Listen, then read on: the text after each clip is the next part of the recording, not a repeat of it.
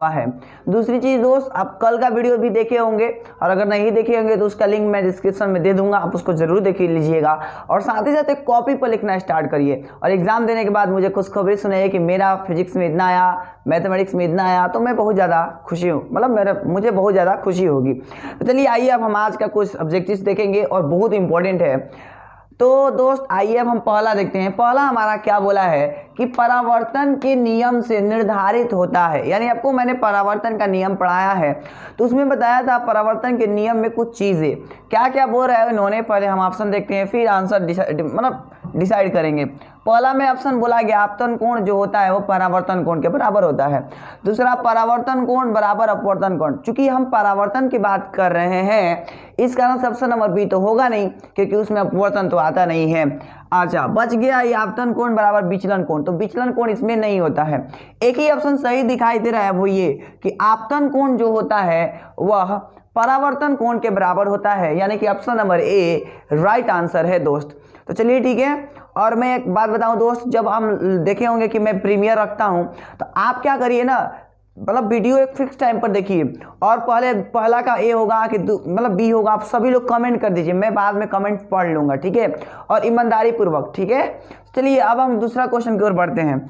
दूसरा क्वेश्चन में बोला है दंत विशेषज्ञ, मतलब जो चिकित्सक होते हैं ना, जो डॉक्टर होते हैं, वो डॉक्टर दर्पण का मतलब कौन सा दर्पण का उपयोग करके मरीजों के दांतों का बड़ा प्रतिबिंब देखने के लिए करते हैं। मतलब कौन सा ऐसा दर्पण है जिसका उपयोग चिकित्सक यानी कि डॉक्टर दांतों को बड़ा करके देखने में करते हैं, तो ये हमें बताना है। ऑप्शन नंबर ए में दे रखा है समतल दर्पण, बी में अवतल दर्पण, सी में उत्तल दर्पण और डी में नॉन ऑफ दीज। तो आपको अच्छे से पता होगा, बहुत अच्छा दोस्त, अब तक का सबसे सुंदर जवाब ऑप्शन नंबर बी, यानी कि अवतल दर्पण एक ऐसा दर्पण है जिसका उपयोग डॉक्टर करते हैं दांतों को प्रतिबिंब को बड़ा करके देखने के लिए। क्लियर है।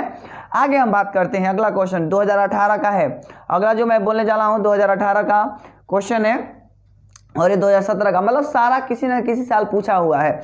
जो मेरे को पता था वो मैंने लिख दिया, जो नहीं पता है वो यानी कि वो सब के सब पूछा है, मतलब बार बार बोलता हूँ VVI ऑब्जेक्टिव बहुत ज्यादा। अगला क्वेश्चन देखते हैं क्या बोल रहा है, गोलीय दर्पण के परावर्तन पृष्ठ की वृत्ताकार सीमा रेखा का व्यास कहलाता है। मतलब किसका व्यास कहलाता है, तो हम मतलब सीधा सी बात है, मुख्य फोकस से उससे कोई रिलेशन नहीं है, प्रधान अक्ष से भी कोई रिलेशन नहीं है, जो उसका रिलेशन है वो वक्रता त्रिज्या से। मतलब ये हुआ कि गोलीय दर्पण के परावर्तन पृष्ठ की जो वृत्ताकार सीमा रेखा का जो व्यास है वो वक्रता त्रिज्या कहलाता है। ये बात समझ आई। अगला क्वेश्चन अगर नहीं आ रहा है तो कमेंट बॉक्स में कमेंट जरूर करिएगा ताकि मैं रिप्लाई दे दूं नेक्स्ट वीडियो में, ठीक है। अगला क्वेश्चन दोस्त, एक उत्तल दर्पण द्वारा बना प्रतिबिंब हमेशा होगा, यानी कि एक उत्तल दर्पण किसी वस्तु का हमेशा कैसा प्रतिबिंब बनाता है ये हमें बताना है। तो देखिएगा दोस्त बहुत इंपॉर्टेंट है। ऑप्शन नंबर ए में बोला है वास्तविक और हर्षित, और यहाँ पर हर्षित का मतलब है छोटा। क्या छोटा? आप समझ कर मतलब आप सोच करके देखिए, क्या उत्तल दर्पण कभी भी काल्पनिक प्रतिबिंब बनाता है? आंसर है नो, यानी पहला गलत, ये भी गलत, बचा अब दो। तो काल्पनिक मतलब दूसरी चीज ये जो है ना, उत्तल दर्पण कभी भी बड़ा प्रतिबिंब नहीं बनाता है, इसका मतलब ये भी गलत, यानी बचा कौन? Option number B. यानी आज से लाइफ में याद रखिएगा कि उत्तल दर्पण द्वारा बना प्रतिबिंब हमेशा काल्पनिक और हासित होता है। मतलब कि क्या? तो आंसर है छोटा। तो उम्मीद है क्लियर हो गया होगा। मैं हट रहा हूं, इसका स्क्रीनशॉट ले लीजिएगा। ओके दोस्त, चलिए अब हम और कुछ ऑब्जेक्टिव्स देखते हैं। ओके, तब तक इसको उतार लीजिए जल्दी से। ओके दोस्त, आइए अब हम कुछ और ऑब्जेक्टिव देखते हैं। अगला क्वेश्चन क्या बोलता है समझिएगा। बोल रखा है कि ऐसा पदार्थ जिनसे होकर प्रकाश आसानी से पार कर जाता है कहे जाते हैं। मतलब एक ऐसा पदार्थ बताना है जिसमें अगर मतलब लाइट बढ़ा जाए तो उसमें आराम से मतलब आर पार जा सके, ऐसे पदार्थ का नाम क्या है? तो ऑप्शन में दे रखा है पारदर्शी, अपारदर्शी, पारभासी और नॉन ऑफ दीज। तो सिंपल सी आपको जवाब पता है इसका कि ऐसा पदार्थ पारदर्शी है जिसमें लाइट बारने पर आराम से इस पार से उस पार जा सकता है। ये याद रखिएगा, बहुत इंपॉर्टेंट है। अब आगे की ओर बढ़ते हैं। आगे बुरा है हमारी आंखों, मतलब हमारी जो आंखें हैं जो देख सकती है, हमारी आंखें जो देख सकती हुई वस्तुएं क्या कहलाती हैं? सिंपल सी बात है, हमारी आंखें जो वस्तुएं देख सकती हैं वह कहलाएंगी दीप्त, प्रदीप्त भी कहलाएंगी। मतलब दीप्त या प्रदीप्त, यानी option number C right answer है। यानी कि वे वस्तुएं जो हम आसानी से देख सकते हैं दीप्त कहलाती हैं या तो प्रदीप्त कहलाती हैं। बात समझ आई तो बोलिए, कमेंट बॉक्स में कमेंट कर देना है। ओके, आगे बढ़ते हैं। अगला क्वेश्चन बोल रहा है यदि किसी बिंब प्रतिबिंब का मतलब एक किसी वस्तु का प्रतिबिंब आवर्धन ऋणात्मक है, यदि किसी बिंब प्रतिबिंब का आवर्धन ऋणात्मक है तो उस प्रतिबिंब की प्रकृति क्या होगी। हमें बताना है कि अगर किसी मान लीजिए वस्तु का जो आवर्धन है वो ऋणात्मक है तो हमें बताना उस जो प्रतिबिंब है उसकी प्रकृति क्या होगी। तो सिंपल सी बात है, मैंने पीछे वाले वीडियो में ये ऐसा कुछ क्वेश्चन अपलोड किया था पर उसी के जैसा है, थोड़ा सा डिफरेंट है कि अगर किसी वस्तु का मतलब आवर्धन ऋणात्मक आता है तो उसकी प्रतिबिंब की जो प्रकृति होती है वह वास्तविक एवं उल्टा होता है।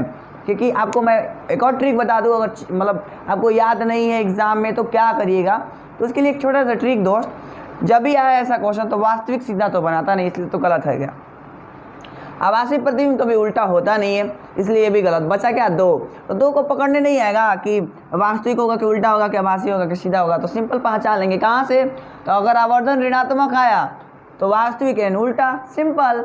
क्लियर है? चलिए अब अगला क्वेश्चन की ओर बढ़ते हैं। अगला क्वेश्चन में इन्होंने क्या बोल रखा है, किसी दर्पण के सामने आप कितनी भी दूरी पर खड़े हो आपका प्रतिबिंब सीधा है, तो बताइए वह दर्पण कौन सा हो सकता है। मतलब कह रहा है कि मान लीजिए कोई दर्पण है, अब उस दर्पण से चाहे आप कितना भी दूर पर खड़े हो जाएं उसका प्रतिबिंब अगर हमेशा सीधा रह रहा है तो इसके बात का बताना है कि वो मतलब जो दर्पण है वो कौन सा दर्पण है, ऐसा किस दर्पण में होता है कहीं पर भी खड़े रहने पर प्रतिबिंब हमेशा सीधा बनाता है। तो आंसर है केवल और केवल ऐसा दर्पण जिसका नाम बताएंगे हमें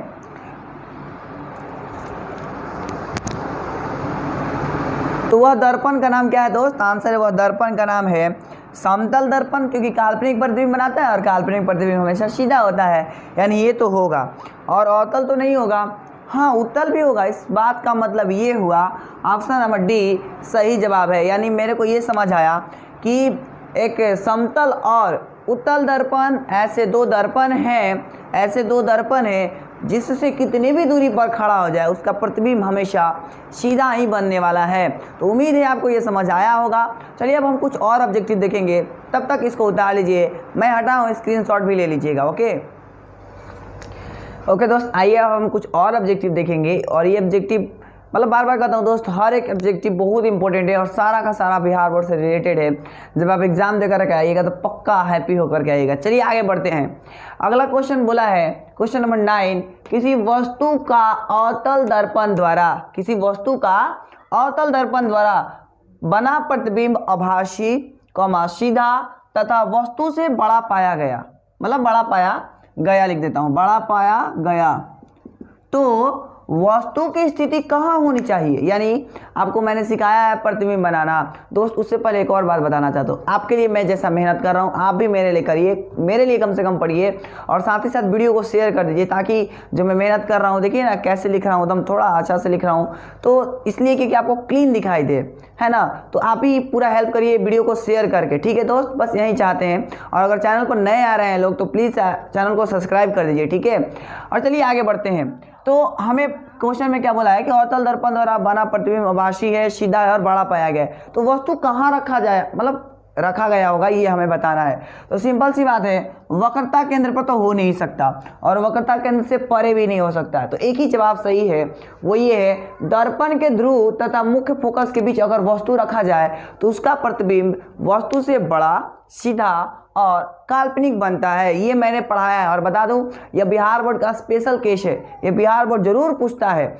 इसी क्वेश्चन को दूसरे टाइप से कैसे पूछता है वो मैं सिखाता हूं। देखिए इसी क्वेश्चन को दूसरे टाइप से मैंने लिखा यहाँ पर कि अवतल दर्पण में आवर्धित मतलब कि बड़ा काल्पनिक प्रतिबिंब बनाने के लिए वस्तु को कहाँ रखा जाता है, मैं ये भी बताऊंगा, पर ये समझ लीजिए अवतल दर्पण में आवर्धित काल्पनिक प्रतिबिंब बनाने के लिए वस्तु को कहाँ रखा जाता है। तो सिंपल सी बात है, वक्रता केंद्र और फोकस के बीच। तो मैंने एक ही क्वेश्चन को दो टाइप से लिखा ताकि आपसे कोई भी क्वेश्चन गलती से भी गलती छूटे नहीं, इसलिए आप भी वीडियो को शेयर कर दीजिए ताकि सब लोग देखें, ठीक है। और पूरे बिहार में फैलाइए इसको, जितने भी दोस्त हैं बिहार में फैला दीजिए एकदम। चलिए अगला क्वेश्चन बढ़ते हैं। अगला क्वेश्चन में क्या बोला है, निम्न में से किस दर्पण द्वारा वास्तविक प्रतिबिंब मतलब प्राप्त होता है। ऐसा कौन सा दर्पण है जिसके द्वारा वास्तविक प्रतिबिंब हमें मिलता है? तो आंसर है वह दर्पण का नाम हमारा सिंपल सी बात है कि अवतल दर्पण होगा, क्योंकि उत्तल दर्पण द्वारा आभासी प्रतिबिंब मिलता नहीं है, ना तो समतल दर्पण के द्वारा, और नॉन ऑफ दिस तो होगा नहीं क्योंकि इधर अवतल दर्पण दिया है। तो कहने का मतलब सीधा सा है कि वह दर्पण अवतल दर्पण है जिससे कि वास्तविक प्रतिबिंब प्राप्त होता है, यानी ऑप्शन नंबर ए सही जवाब है। अगला क्वेश्चन देखते हैं दोस्त। उत्तल दर्पण द्वारा बना प्रतिबिंब होता है, यानी कि उत्तल दर्पण जब प्रतिबिंब बनाता है तो कैसा होता है, उसका नेचर ही हमें बताना है। ऑप्शन नंबर ए में दे रखा है हमेशा सीधा, हमेशा उल्टा, ए एंड बी और नॉन ऑफ दीज। तो सिंपल सी बात है कि मतलब उत्तल दर्पण कभी भी उल्टा प्रतिबिंब नहीं बनाता है। क्यों? क्योंकि हमेशा ये काल्पनिक प्रतिबिंब बनाता है और काल्पनिक प्रतिबिंब हमेशा सीधा होता है, इसलिए उत्तल दर्पण द्वारा बना प्रतिबिंब हमेशा सीधा होगा, यानी option number A is right answer for given this question. So आप इसको कॉपी कर लीजिए। अब हम कुछ और ऑब्जेक्टिव देखेंगे, इसको कॉपी कर लीजिएगा, मैं हट रहा हूँ, स्क्रीनशॉट ले लीजिए। ओके दोस्त, चलिए आइए अब हम और आगे बढ़ते हैं। अगला ऑब्जेक्टिव जो है ना वो आईएससी लेवल की बात है, यानी क्लास 12 का बात है, बट क्लास 10 में दे दिया है, इसलिए मैंने लिखा है क्योंकि ये 2017 का कंपार्टमेंटल में पूछा था, जो कि मैं बोल सकता हूँ कि नहीं देखते हैं कि जो इनका क्रॉस लग जाता है तो वो कंपार्टमेंटल का एग्जाम देते हैं, तो वही वाला मैं पूछा गया था, इसलिए मैंने उठा करके डाल दिया कि गलती से भी कोई क्वेश्चन छूटे ना, ऐसा मैं चाहता हूँ। तो चलिए आइए अगला क्वेश्चन देखते हैं। क्या बोला है? प्रकाश तरंग उदाहरण है। मैंने क्लास में बताया था दोस्त कि जो प्रकाश है वो एक तरंग का हो, मतलब तरंग की जैसा चलता है, ऐसे है ना, ऐसे चलता है, शॉर्टकट में समझाऊं अगर तो ऐसे चलता है, तो ये एक वेव होता है, यानी तरंग होता है। और कैसा तरंग होता है? तो आंसर है विद्युत चुंबकीय तरंग होता है, यानी आज से लाइफ में ये याद रख लीजिएगा कि जो प्रकाश है वो तरंग का उदाहरण है। और किस तरंग का उदाहरण है? तो आंसर है विद्युत चुंबकीय तरंग का उदाहरण है। क्लियर है? चलिए अगला क्वेश्चन देखते हैं। ये तो सबको याद होता है कि निर्वात में प्रकाश की चाल होती है, बट दोस्त आप कंफ्यूज ना करिए, इसलिए आप थोड़ा सा मेंटेन करना होगा यूनिट पर। यूनिट होता है, याद रखिएगा, मीटर पर सेकेंड। बाकी के जो कोई भी दिया गया होगा गलत होगा, जैसे ये सेंटीमीटर दे रखा है, ये मिलीमीटर दे रखा है, ये किलोमीटर दे रखा है, तो ये सारा का सारा गलत है, यानी ऑप्शन नंबर ए सही होगा। 3 × 10⁸ मीटर पर सेकेंड। क्लियर है? अगला क्वेश्चन देखते हैं।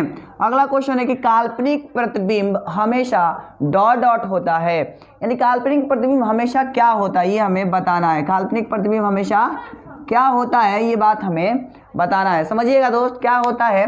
तो आंसर है, सीधी सी बात है, उल्टा तो होता नहीं है काल्पनिक प्रतिबिंब, और ना तो तिरछा होता है। तो आंसर है क्या होता है? तो सीधा होता है, यानी काल्पनिक प्रतिबिंब हमेशा सीधा होता है। ये या बात आप काट बांध लीजिए, ठीक है। अगला क्वेश्चन अगला है कि किसी वस्तु का आवर्धित काल्पनिक प्रतिबिंब बनता है। देखिएगा यहाँ पर बहुत लोग गलती कर देते हैं, बहुत लोग गलती क्या? तो आंसर कर रहा है किसी वस्तु का आवर्धित काल्पनिक प्रतिबिंब बनता है। समझिएगा, वर्ड तो लगाया है काल्पनिक, बट बहुत लोग पता है कहाँ गलती कर देते हैं, इसको ढंग से नहीं पढ़ देते हैं और काल्पनिक प्रतिबिंब के चक्कर में किसी को मार करके आ जाते हैं। बट सुनिए इधर गौर से, क्या बोल रहा है कि काल्पनिक प्रतिबिंब तो तीनों बनाता है, अवतल भी बनाता है, उत्तल भी बनाता है, समतल भी बनाता है, पर आवर्धित न तो ये बनाता है क्योंकि ये वस्तु के बराबर बनाता है, और न तो ये बनाता है, तो बचा कौन? तो अवतल दर्पण से ही हम केवल आवर्धित काल्पनिक प्रतिबिंब प्राप्त कर सकते हैं, ना कि कोई और दर्पण से। तो उम्मीद है आपको ये वीडियो अच्छी लगी होगी। पहले मैं हट जाता हूँ, इसके स्क्रीनशॉट ले लीजिए। तो चलिए दोस्त, आज के लिए हम इतना ही रखेंगे। मैं बार बार कहना चाहूँगा कि आप इस वीडियो को पूरा शेयर कीजिए, और अगर अच्छा लगा ये वीडियो तो लाइक कीजिए, कमेंट कीजिए, और ज़रूर कमेंट करिए, बहुत ज़्यादा इंपॉर्टेंट है, इसलिए इस वीडियो को लास्ट तक जरूर देखिएगा, क्योंकि इसमें सारे ऑब्जेक्टिव बिहार बोर्ड के आए हुए हैं। जैसे कि मैंने कुछ का भी लिखा भी हूँ और कुछ का छोड़ भी दिया हूँ। कहने का सीधा सा मतलब है जितना भी ऑब्जेक्टिव पढ़ाऊंगा वो सब इंपॉर्टेंट है, और एग्जाम देने के बाद पक्का हैप्पी होकर के आइएगा। तो चलिए स्टार्ट कर लेते हैं दोस्त। पहला, और हाँ 2 वीडियो इससे पहले अपलोड हो चुका है, तो उसको जरूर देख लीजिएगा, उसका लिंक मैं डिस्क्रिप्शन में नीचे दे दूंगा, या आई बटन पर भी मैं दे दूंगा, ठीक है। तो चलिए स्टार्ट करते हैं। पहला ऑब्जेक्टिव क्या है? पहला ये है दोस्त कि यदि किसी वस्तु को एक दर्पण के सामने निकट रखने पर प्रतिबिंब सीधा बना देता है। मतलब एक दर्पण है और किसी वस्तु को अगर हम निकट रखते हैं उस दर्पण के सामने, तो क्या करता है कि वो प्रतिबिंब सीधा बना देता है, लेकिन दूर रखने पर वो प्रतिबिंब उल्टा बनाता है। फिर से, निकट रखने पर सीधा बनाता है, दूर रखने पर उल्टा बनाता है। तो उस पर मतलब उस दर्पण का नाम क्या है? तो आंसर है अवतल दर्पण है, क्योंकि मैंने आपको पढ़ाया है कि जैसे जैसे हम अवतल दर्पण में क्लोज आते जाते हैं उसका प्रतिबिंब लास्ट टाइम में आकर के काल्पनिक हो जाता है और काल्पनिक प्रतिबिंब सीधा। तो वही बोल रहा है ना कि निकट रखने पर सीधा, दूर रखने पर उल्टा। तो ऐसा काम कौन करता है? तो अवतल दर्पण करता है। ये मैंने समझाया है, बताया है क्लास में। यानी सीधी सी मतलब यह हुआ कि अवतल दर्पण एक ऐसा दर्पण है जिसमें किसी वस्तु को नजदीक रखने पर प्रतिबिंब सीधा बनाता है, परंतु दूर रखने पर प्रतिबिंब उल्टा बनाता है। क्लियर है? सेकंड नंबर क्वेश्चन की अगर हम बात करें तो सेकंड नंबर में इन्होंने क्या बोल रखा है? उत्तल दर्पण से प्रतिबिंब सदैव बनता है। समझिएगा, उत्तल दर्पण में लिख लीजिए दोस्त, से नहीं में। उत्तल दर्पण में प्रतिबिंब सदैव बनता है। उत्तल दर्पण में प्रतिबिंब सदैव बनता है। कहाँ बनता है? तो आंसर है सी तथा एफ के बीच बनेगा क्या? आंसर है नो। सी तथा अनंत के बीच बनेगा क्या? आप सी का मतलब समझ रहे हो ना, वक्रता केंद्र, और इस एफ का मतलब मुख्य फोकस। सिंपल है, अनंत ही हो गया। तो कहाँ बनेगा फिर? तो आंसर याद रखिएगा आज से लाइव में, और बहुत इंपॉर्टेंट क्वेश्चन है, 2009 में पूछा था। तो मैं बता दूं ये बनेगा ध्रुव। कहाँ बनेगा? ध्रुव तथा फोकस के बीच, पी तथा एफ के बीच उत्तल दर्पण में प्रतिबिंब बनता है। आप कहीं पर भी बना करके देखिएगा तो यही कंडीशन आएगा। ओके, नेक्स्ट क्वेश्चन बढ़ते हैं आगे।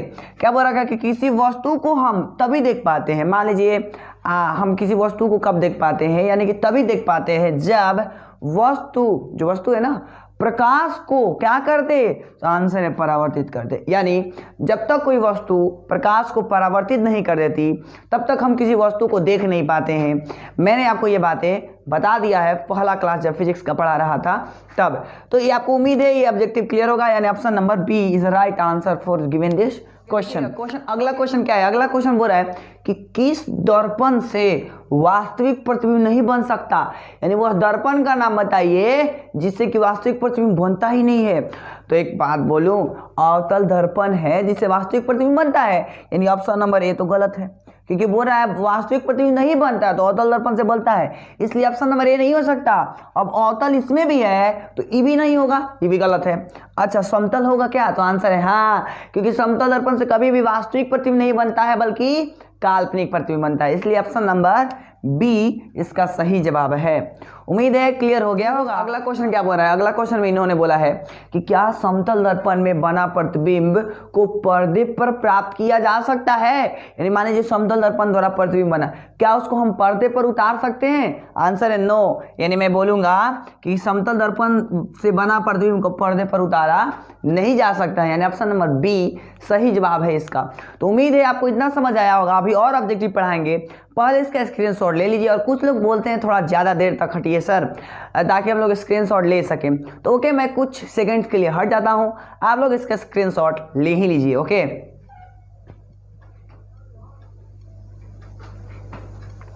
ओके, अब लिया गया होगा ना। तो चलिए अब हम आगे बढ़ते हैं, चले ना।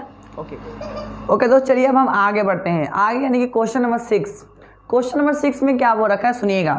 क्वेश्चन नंबर 6 में बोल रखा है कि प्रकाश की एक किरण समतल दर्पण पर, मतलब प्रकाश की एक किरण है और इस तरीके का एक समतल दर्पण होता है, प्लेन मिरर आप जानते हैं, उस पर 60 डिग्री का कोण बनाते हुए टकराती है। मतलब एक समतल दर्पण पर एक किरण है जो इस तरीके का 60 डिग्री कोण पर टकरा रही है। मैं सबको समझा रहा हूँ, समझिएगा। ऐसे 60 डिग्री का कोण पर टकराई है तो हमें ये बताना है कि उसका परावर्तन कोण क्या होगा। यानी आपतन कोण दे रखा है, हमें ये वाला कोण बताना है। तो आपको पता है परावर्तन के नियम से जितना ही आपतन कोण होता है उतना ही परावर्तन कोण होता है। मतलब अगर ये 60 डिग्री के कोण पर टकराई है आकर के, तो जो इसका परावर्तन कोण होगा वह भी 60 डिग्री होगा। यानी ऑप्शन नंबर ए इसका सही जवाब है। उम्मीद है क्लियर हो गया होगा। अगला दोस्त क्वेश्चन अगला है कि उत्तल दर्पण की फोकस दूरी होती है। यानी हमें बताना है उत्तल दर्पण की फोकस दूरी क्या होती है, धनात्मक कि ऋणात्मक कि दोनों कि कोई नहीं। तो आंसर है उत्तल दर्पण की फोकस दूरी धनात्मक होती है, ये याद रखिएगा।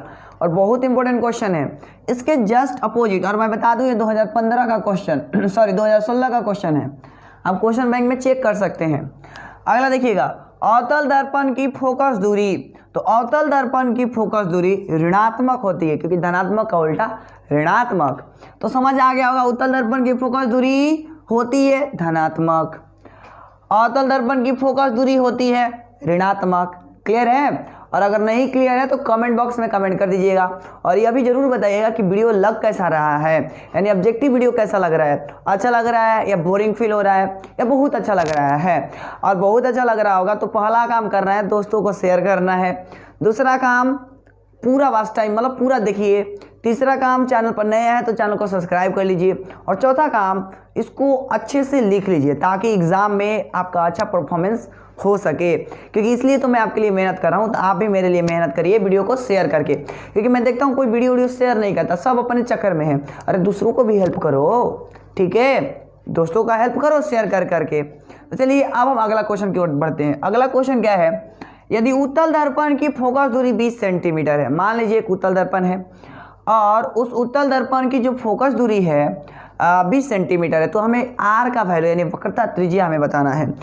तो और एक उससे भी पहले मैं बात बताना चाहूँगा, अगर जितने लोग चाह रहे हैं कि मैं न्यूमेरिकल का भी वीडियो एक सेपरेट वीडियो अपलोड करूँ पहला चैप्टर के लिए केवल न्यूमेरिकल, तो कमेंट कर देंगे कि यस न्यूमेरिकल वीडियो चाहिए मेरे को, मैं अपलोड कर दूंगा। पहले कमेंट कम से कम 10 लोगों का आना चाहिए कम से कम, तभी मैं अपलोड करूंगा, नहीं तो नहीं करूंगा। तो कितने लोग चाहते हैं वो कमेंट कर देंगे कि हाँ मेरे को अब ये न्यूमेरिकल का वीडियो चाहिए, तो मैं अपलोड कर दूंगा। कम से कम 10 वोटिंग आनी चाहिए, ठीक है। और हर ऑब्जेक्टिव पर आप कोशिश करवाइए ना 200 व्यू आ जाए, मतलब 200 लोगों को पास शेयर कर दीजिए कम से कम, ताकि सबके लिए फ़ायदामंद हो। 200 को लोगों को शेयर करिएगा तो आने वाला 200-400 को कर देगा। ये काम करिए, ये काम आपके लिए जिम्मेवारी पर ठोक रहे हैं, करेंगे ना? यस और नो कमेंट में लिख करके बताइएगा। आगे बात बढ़ते हैं। अगला है, यदि उत्तल दर्पण की फोकस दूरी यानी F is equal to 20 centimetre दे रखा है, शॉर्टकट में बताता हूँ। तो आर हमें बताना है, आपको पता है f is equal to r by 2 होता है, f is equal to r by 2 होता है। हमें r बताना है तो r बराबर हो जाएगा 2 गुना f, और 2 गुना f का वैल्यू है 20, 20 दूनी 40, यानी इसका सही जवाब क्या होगा दोस्त? तो इसका सही जवाब ऑप्शन नंबर डी होगा, ऑप्शन नंबर डी होगा। कोई डाउट है? नहीं है। अगला बढ़ते हैं, अगला क्वेश्चन, निम्न में उत्तल दर्पण की फोकस दूरी है यदि वक्रता त्रिज्या 32 सेंटीमीटर है। 2018 का क्वेश्चन है, यानी हमें बताना है फोकस दूरी कब, यदि इसकी वक्रता त्रिज्या 32 सेंटीमीटर है तब, ठीक है। आइए स्टार्ट कर लेते हैं। तो अगर किसी भी, समझिएगा अभी हमने f is equal to formula पढ़ाना, तो देखिएगा आर का वैल्यू दे रखा है 32, तो 32 में 2 से डिवाइड करेंगे तो 16 आएगा, मतलब ये हुआ। दूसरी चीज़ आपको ट्रिक बता रहा हूँ, समझिएगा, चूंकि उत्तल दर्पण है तो कभी निगेटिव हो नहीं सकता, क्योंकि अभी भी बताया उत्तल दर्पण की फोकस दूरी धनात्मक होती है, इसलिए निगेटिव नहीं होगा। यानी ऑप्शन नंबर डी और ऑप्शन नंबर बी तो गलत है। अब बचा ए और सी, तो हम फार्मूला लगाया तो हमें पता चला ऑप्शन नंबर सी होगा। तो आपको उम्मीद है, मतलब मुझे उम्मीद है कि आपको क्लियर हो गया होगा, और अगर नहीं क्लियर हो रहा है तो कमेंट जरूर करिएगा।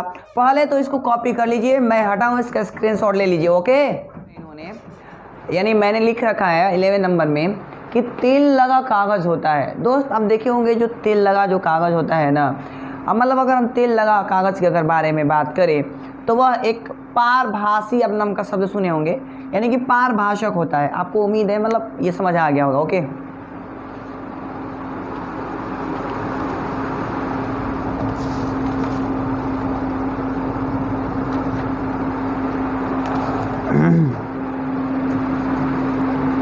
चलिए अब हम आगे बढ़ते हैं, यानी कि क्वेश्चन नंबर 11 में। 11 नंबर बहुत इंटरेस्टिंग क्वेश्चन है और बहुत इंपॉर्टेंट है। क्वेश्चन में बोल रखा है कि तेल लगा कागज़ होता है। देखिएगा तेल लगा कागज़ होता है, क्या होता है? पारदर्शक? नहीं, अपारदर्शक तो हो ही नहीं सकता, नहीं। तो क्या बचा? पारभाषिक होता है, यानी इसको एक वर्ड नाम से जानते हैं, पारभाषक, यानी तेल लगा कागज़ पारभाषक होता है, ठीक है। अब आगे बढ़ते हैं। समतल दर्पण से वस्तु का बना प्रतिबिंब होता है, मतलब समतल दर्पण अगर मैं से प्रतिबिंब बनाना चाहूँ तो कैसा बनता है ये बताना है। ऑप्शन नंबर ए में इन्होंने बोल रखा कि आभासी, तो ये तो बात सही है कि आभासी बनता है, पर छोटा नहीं बनता, एकदम गलत है। आगे पहले मैं बार कहता हूँ, पहले भीड़ दूर कीजिए ना, एकदम सही हो जाएगा। दूसरा, आभासी तो बनता है, बड़ा नहीं बनता, तो ये होगा नहीं होगा, तो होगा नहीं होगा। आगे देखते हैं। ऑप्शन नंबर सी में क्या बोल रखा आभासी, हाँ ये तो सही लग रहा है। और वस्तु के आकार का एकदम सही है, यानी ऑप्शन नंबर सी, यानी आभासी बनता है और वस्तु के आकार का बनता है। क्लियर है। अब बात करते हैं क्वेश्चन नंबर 13 की।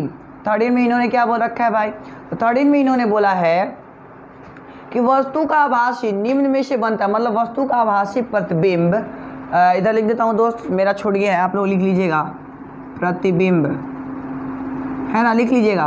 वस्तु का आभासी प्रतिबिंब निम्न में से बनता है, यानी हमें बताना है कि जो वस्तु है उसका आभासी प्रतिबिंब कहाँ बनता है, किस दर्पण में, मतलब बताएं, ये बताना है हमें। तो ऑप्शन नंबर ए में है समतल दर्पण, बी में है उत्तल दर्पण, सी में है अवतल दर्पण। तो आपको पता होगा कि समतल दर्पण में भी आभासी प्रतिबिंब बनता है, उत्तल में भी बनता है और अवतल में भी बनता है। इसका मतलब ये हुआ कि सभी जवाब सही है। क्लियर है। अब आगे बढ़ते हैं यानी क्वेश्चन नंबर 14 की ओर। 14 में क्या बोल रखा है इन्होंने, वस्तु से छोटा प्रतिबिंब बनाता है, यानी वो दर्पण का नाम बताइए जो वस्तु से छोटा प्रतिबिंब बनाता है। ठीक है, तो हम बात करते हैं पहला अवतल दर्पण, हाँ ये वस्तु से छोटा प्रतिबिंब बनाता है। ठीक है, उत्तल तो हमेशा बनाता है, समतल नहीं हो सकता। क्यों? क्योंकि इधर देखिए वस्तु के आकार का बनाता है, यानी ऑप्शन नंबर सी गलत है। इसका मतलब option number A and B सही होगा, यानी अवतल भी बनाता है और उत्तल भी बनाता है, वस्तु से छोटा आकार का प्रतिबिंब। अगला क्वेश्चन, F = R/2 सबको याद होता है, तो ये हमें बताना है कि यह सत्य किसके लिए, मतलब निम्नलिखित में से किसके लिए सत्य है। ऑप्शन नंबर ए में दे रखा अवतल दर्पण, तो हम लोग प्रूफ किए अवतल दर्पण में F = R/2, अवतल में भी बात यही होता है। लेकिन याद रखिएगा दोस्त, समतल दर्पण में यह नहीं होता है, यानी सही जवाब हमारा क्या हो जाएगा, तो सही जवाब हमारा है यानी ऑप्शन नंबर डी, क्योंकि अवतल में भी है उत्तल में भी है, यानी ऑप्शन नंबर डी हमारा सही जवाब है इस क्वेश्चन के लिए। तो मैं हट रहा हूँ, इसका स्क्रीनशॉट ले लीजिए। ओके दोस्त, चलिए तब हम आज के लिए इतना ही रखेंगे। तो अगर आपको ये वीडियो अच्छी लगी तो इसको लाइक कीजिए, कमेंट कीजिए और दोस्तों के पास शेयर ज़रूर करिएगा। और अगर चैनल पर नए आए हैं तो चैनल को सब्सक्राइब कर दीजिए और दोस्तों के पास ज़्यादा से ज़्यादा शेयर कीजिए, ताकि एग्ज़ाम आ रहा है तो सबका प्रिपरेशन ढंग का कर लीजिए। सब्सक्राइब और दोस्तों को शेयर कर दीजिएगा। तो चलिए अब हम पहला क्वेश्चन देखते हैं। पहला क्वेश्चन में क्या बोला है इन्होंने वो समझते हैं। पहला क्वेश्चन में इन्होंने बोल रखा है कि, और हाँ एक और चीज़, जितना भी मैं क्वेश्चन पढ़ाता हूँ सारा का सारा VVI है और सबके सब बिहार बोर्ड में पूछा हुआ है। दूसरी चीज़, यह चैप्टर नंबर 1 के लिए लास्ट वीडियो है।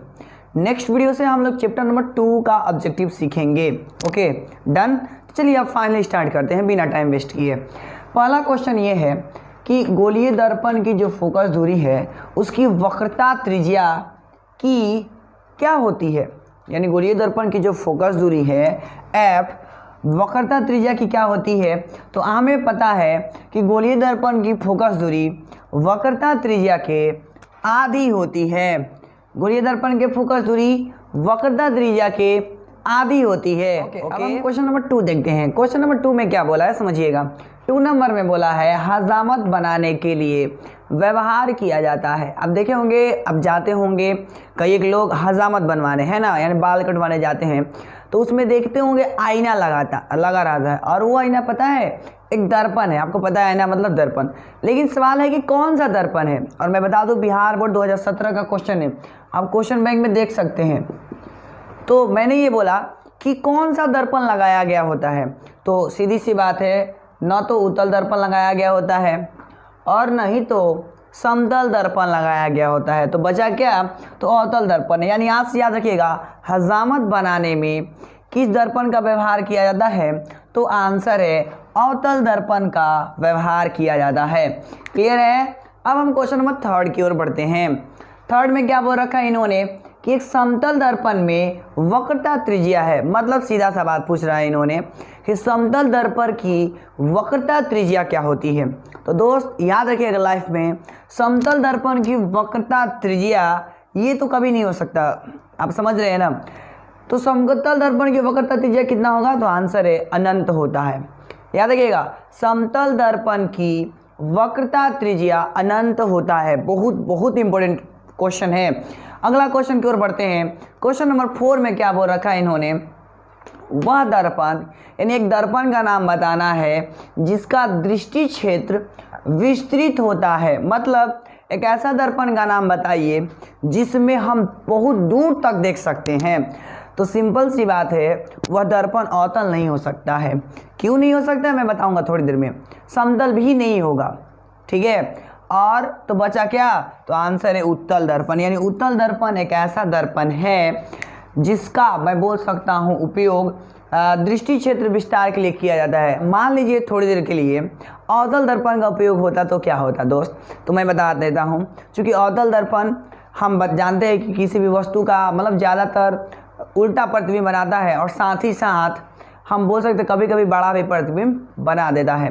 तो मान लीजिए इतना छोटा गाड़ी पहला नंबर तो उल्टा दिखाई देगा और साथ ही साथ बड़ा दिखाई देगा, तो क्या होगा समझ रहे हैं ना, एक्सीडेंट हो जाएगा। यानी सीधा सा कहने का मतलब ये है कि ऐसे में ऐसा नहीं है कि वो भी देखिए, कहने का सीधा सा मतलब यहाँ पर फाइनली कि एक ऐसा दर्पण जिसका दृष्टि क्षेत्र विस्तृत होता है उसका क्या है, उत्तल दर्पण इसका जवाब होगा। अवतल क्यों नहीं होगा, समतल क्यों नहीं होगा, क्लियर हो गया होंगे आप, क्योंकि ये बात हमने ऑलरेडी कर चुके हैं जब क्लास में मैं पढ़ा रहा था तब। अब अगला क्वेश्चन बढ़ते हैं। अगला क्वेश्चन में ये है कि किसी दर्पण का मध्य बिंदु, मान लीजिए कोई दर्पण है, सपोज इस तरीके का एक दर्पण होता है ना, तो इस दर्पण का मध्य बिंदु ये वाला मध्य बिंदु होता है ना, तो इस मध्य बिंदु को क्या नाम देते हैं, तो आंसर है किसी दर्पण का मध्य बिंदु कहलाता है उसका, किधर गया, ध्रुव कहलाता है।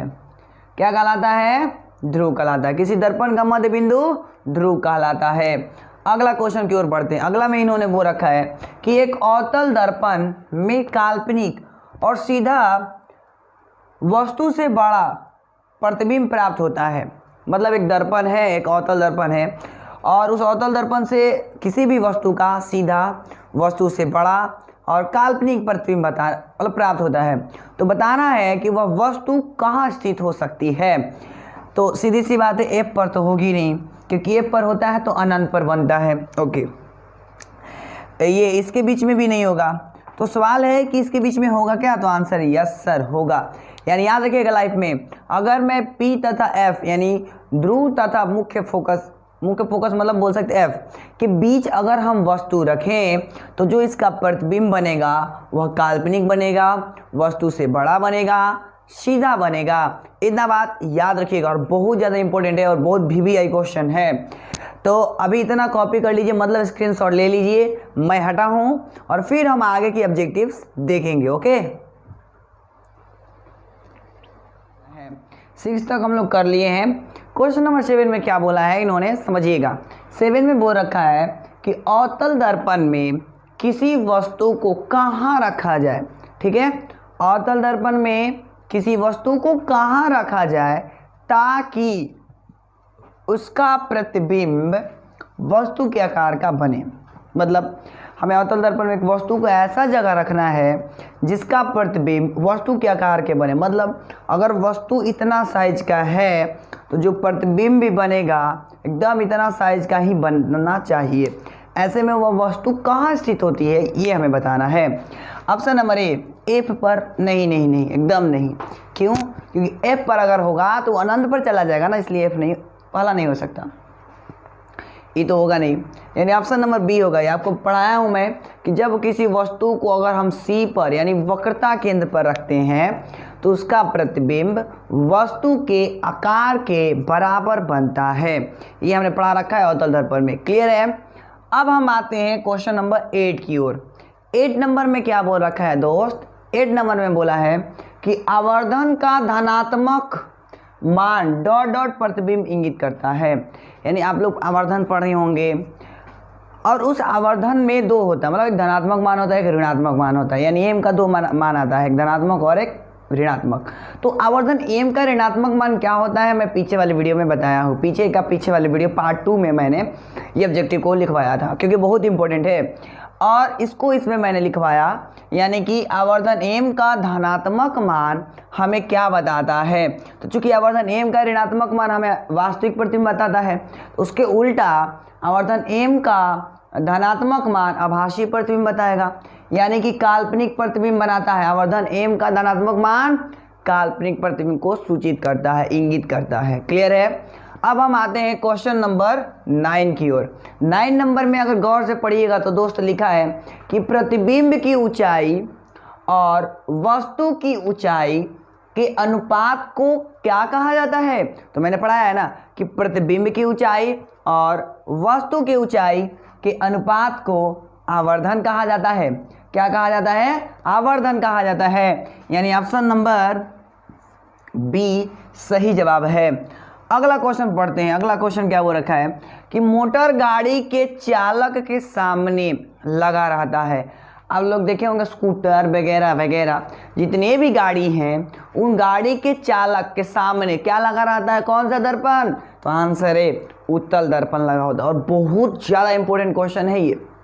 अगला क्वेश्चन की ओर बढ़ते हैं। दो समांतर समतल दर्पण रख दिया जाए, इस तरीके से रख दिया जाए, दो समांतर समतल दर्पण।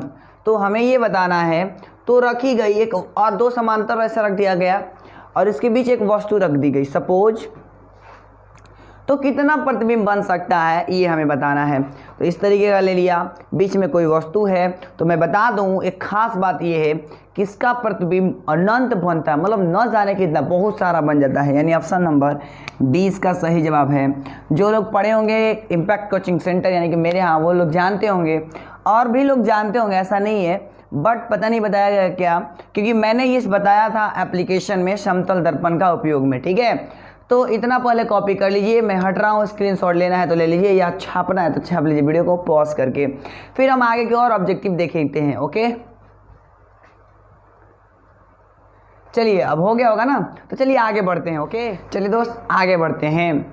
आगे बढ़ने से पहले मैं बता दूं यह लास्ट वीडियो है पहला चैप्टर के लिए, और इसके बाद हम लोग देखेंगे चैप्टर नंबर 2। मैं शुरू में भी ये बात बताया था, और चैप्टर नंबर 2 का फिजिक्स ही देखेंगे। और जैसे ही चैप्टर नंबर 2 खत्म होता है तो मैं केमिस्ट्री अपलोड करना शुरू कर दूंगा, यानी दो चैप्टर सबका कवर किया जाएगा पहले। ओके, तो चलिए अब हम बात करते हैं क्वेश्चन नंबर 12 का। 12 नंबर में बोला है कि किसी समतल दर्पण का आवर्धन होता है। मान लीजिए एक समतल दर्पण ले लिया और उसका आवर्धन निकालना चाहा, तो चूंकि आपको पता है आवर्धन का डिफिनेशन कि प्रतिबिंब की ऊंचाई और वस्तु की ऊंचाई के अनुपात को आवर्धन बोलते हैं। थोड़ी देर पहले ये ऑब्जेक्टिव भी करवाया है मैंने। दूसरी चीज़, जब बनाइएगा दोस्त तो आप पाइएगा कि जितना भी वस्तु का आकार है उतना ही प्रतिबिंब का भी आकार होता है, मतलब दोनों का अनुपात कटेगा तो +1 आएगा। तो कहने का सीधा सा मतलब है कि समतल दर्पण का आवर्धन हमेशा +1 होता है, क्योंकि कट करके कितना आने वाला है? 1 आने वाला है। ये बात समझ आई? अच्छा, अब प्लस ही क्यों हुआ, माइनस क्यों नहीं? तो प्लस इसलिए हुआ क्योंकि काल्पनिक प्रतिबिंब बनाता है, और काल्पनिक प्रतिबिंब हमेशा सीधा होता है, तो रिजल्ट जो आएगा पॉजिटिव आएगा, इसलिए ऐसा है। ठीक है, अब आगे समझते हैं। निर्देशांक चिन्ह परिपाटी में जितनी भी दूरियां मापी जाती है वह कहाँ से मापी जाती है? तो मैंने बताया फोकस से तो मापा नहीं जाता है, सी से तो मापा नहीं जाता है, तो आंसर है ध्रुव से मापा जाता है। यानी कि याद रखिएगा, जितनी भी निर्देशांक चिन्ह परिपाटी उसमें सारी की जो दूरियां मापी जाती है वह इस तरीके का होता है दर्पण, तो ध्रुव इधर होता है तो यहाँ से मापा जाता है। ठीक है, अगला बढ़ते हैं। अगला क्वेश्चन, एक गोलीय दर्पण की फोकस दूरी 12.5 सेंटीमीटर। एक गोलीय दर्पण है जिसकी फोकस दूरी कितना है? 12.5 सेंटीमीटर है। तो इसका वक्रता त्रिज्या हमें बताना है। तो चूंकि f = r/2 होता है तो r = 2f, यानी 12.5 का 2 से गुना करूंगा तो 12.5 दूनी 25, यानी कि ऑप्शन नंबर सी हो जाएगा। यानी कि अगर किसी गोलीय दर्पण की फोकस दूरी 12.5 सेंटीमीटर है तो उसकी वक्रता त्रिज्या 25 सेंटीमीटर हो जाएगी। दोस्त और सब मैं क्वेश्चन का गारंटी लेता हूं, लेकिन ये सब क्वेश्चन जो है ना न्यूमेरिकल, उसका कोई मतलब डिफाइन नहीं है कि यही आएगा। हाँ, इसी पैटर्न पर आएगा, इस बात की गारंटी लिख करके दे दूंगा, लेकिन यही क्वेश्चन अंक आ जाए ये गारंटी नहीं है। तो इसलिए मैं पहले ही विश्वास कर मतलब पूरा ही बोल देता हूँ। ऐसा नहीं है कि मैं आपको है ना धोखा में रख रहा हूँ कि नहीं यही आएगा, ऐसा नहीं है। तो ये केवल अंक चेंज कर सकता है, लेकिन हाँ पैटर्न इसी पर आने वाला है। बाकी के जो ऑब्जेक्टिव है एक भी चेंज नहीं होगा, एक भी वर्ड भी चेंज नहीं होगा, ये लिख करके दबा देता हूँ अगर आया, क्योंकि एक चैप्टर से मैंने लगभग 62 ऑब्जेक्टिव करा दिया ये वीडियो को लेकर के, 61 या 62 करके। तो इतना ऑब्जेक्टिव में सारा का सारा इंपॉर्टेंट है, और इससे ज़्यादा फालतू इस साल नहीं पूछेगा, ये मैं लिख करके दे दूंगा पहला चैप्टर से, एकदम गारंटी लेते हैं। अब बढ़ते हैं अगला क्वेश्चन की ओर। अगला यानी कि क्वेश्चन नंबर 15 और इस चैप्टर का लास्ट क्वेश्चन। क्या बोला है कि उत्तल दर्पण द्वारा बना प्रतिबिंब होता है हमेशा? तो सीधी सी बात है, वास्तविक प्रतिबिंब तो बनाता नहीं है। अच्छा, आकार में बड़ा तो बनाता नहीं है, उल्टा तो होता नहीं है। क्यों? क्योंकि काल्पनिक प्रतिबिंब बनाता है। इसलिए ऑप्शन नंबर ए इस सही जवाब होगा इस क्वेश्चन के लिए। यानी फाइनल जवाब फिर से सुनिए, उत्तल दर्पण द्वारा बना प्रतिबिंब होता है हमेशा आभासी। तो आज हमने क्या कर दिया, फर्स्ट चैप्टर ऑब्जेक्टिव कंप्लीट, यानी पहला चैप्टर का ऑब्जेक्टिव हमने कंप्लीट कर दिया। ठीक है, तो उम्मीद है आप सभी को ये वीडियो अच्छा लगा होगा ज़रूर, और अगर अच्छा लगा है तो इसको कमेंट कीजिए, है ना, और इसको लाइक कीजिए। और दो सारा ऑब्जेक्टिव कवर किया है जो बिहार बोर्ड में पूछा हुआ है। उसी तरीके से जैसे हमने फर्स्ट चैप्टर को कंप्लीट किया है पूरा BBA objective, similarly chapter number 2 में भी हम वैसे ऑब्जेक्टिव ही देखेंगे जो बिहार बोर्ड में आया है। जैसा कि आपको दिखाई दे रहा होगा, मैंने इधर लिख रखा है कि ये बिहार बोर्ड इतना में पूछा, इतना में पूछा। मतलब ये जो वीडियो होने वाला है बहुत ज़्यादा इंपॉर्टेंट और बहुत ज़्यादा इंटरेस्टिंग होने वाला है। तो चलिए बिना लेट किए स्टार्ट किया जाए। पहला क्वेश्चन में इन्होंने क्या बोल रखा है, पहला में बोला है इन्होंने कि किस माध्यम के अपवर्तनांक का माध्यम मतलब मान होता है, किसी माध्यम के, ऐसे लिखिएगा दोस्त, किसी माध्यम के अपवर्तनांक का मान होता है।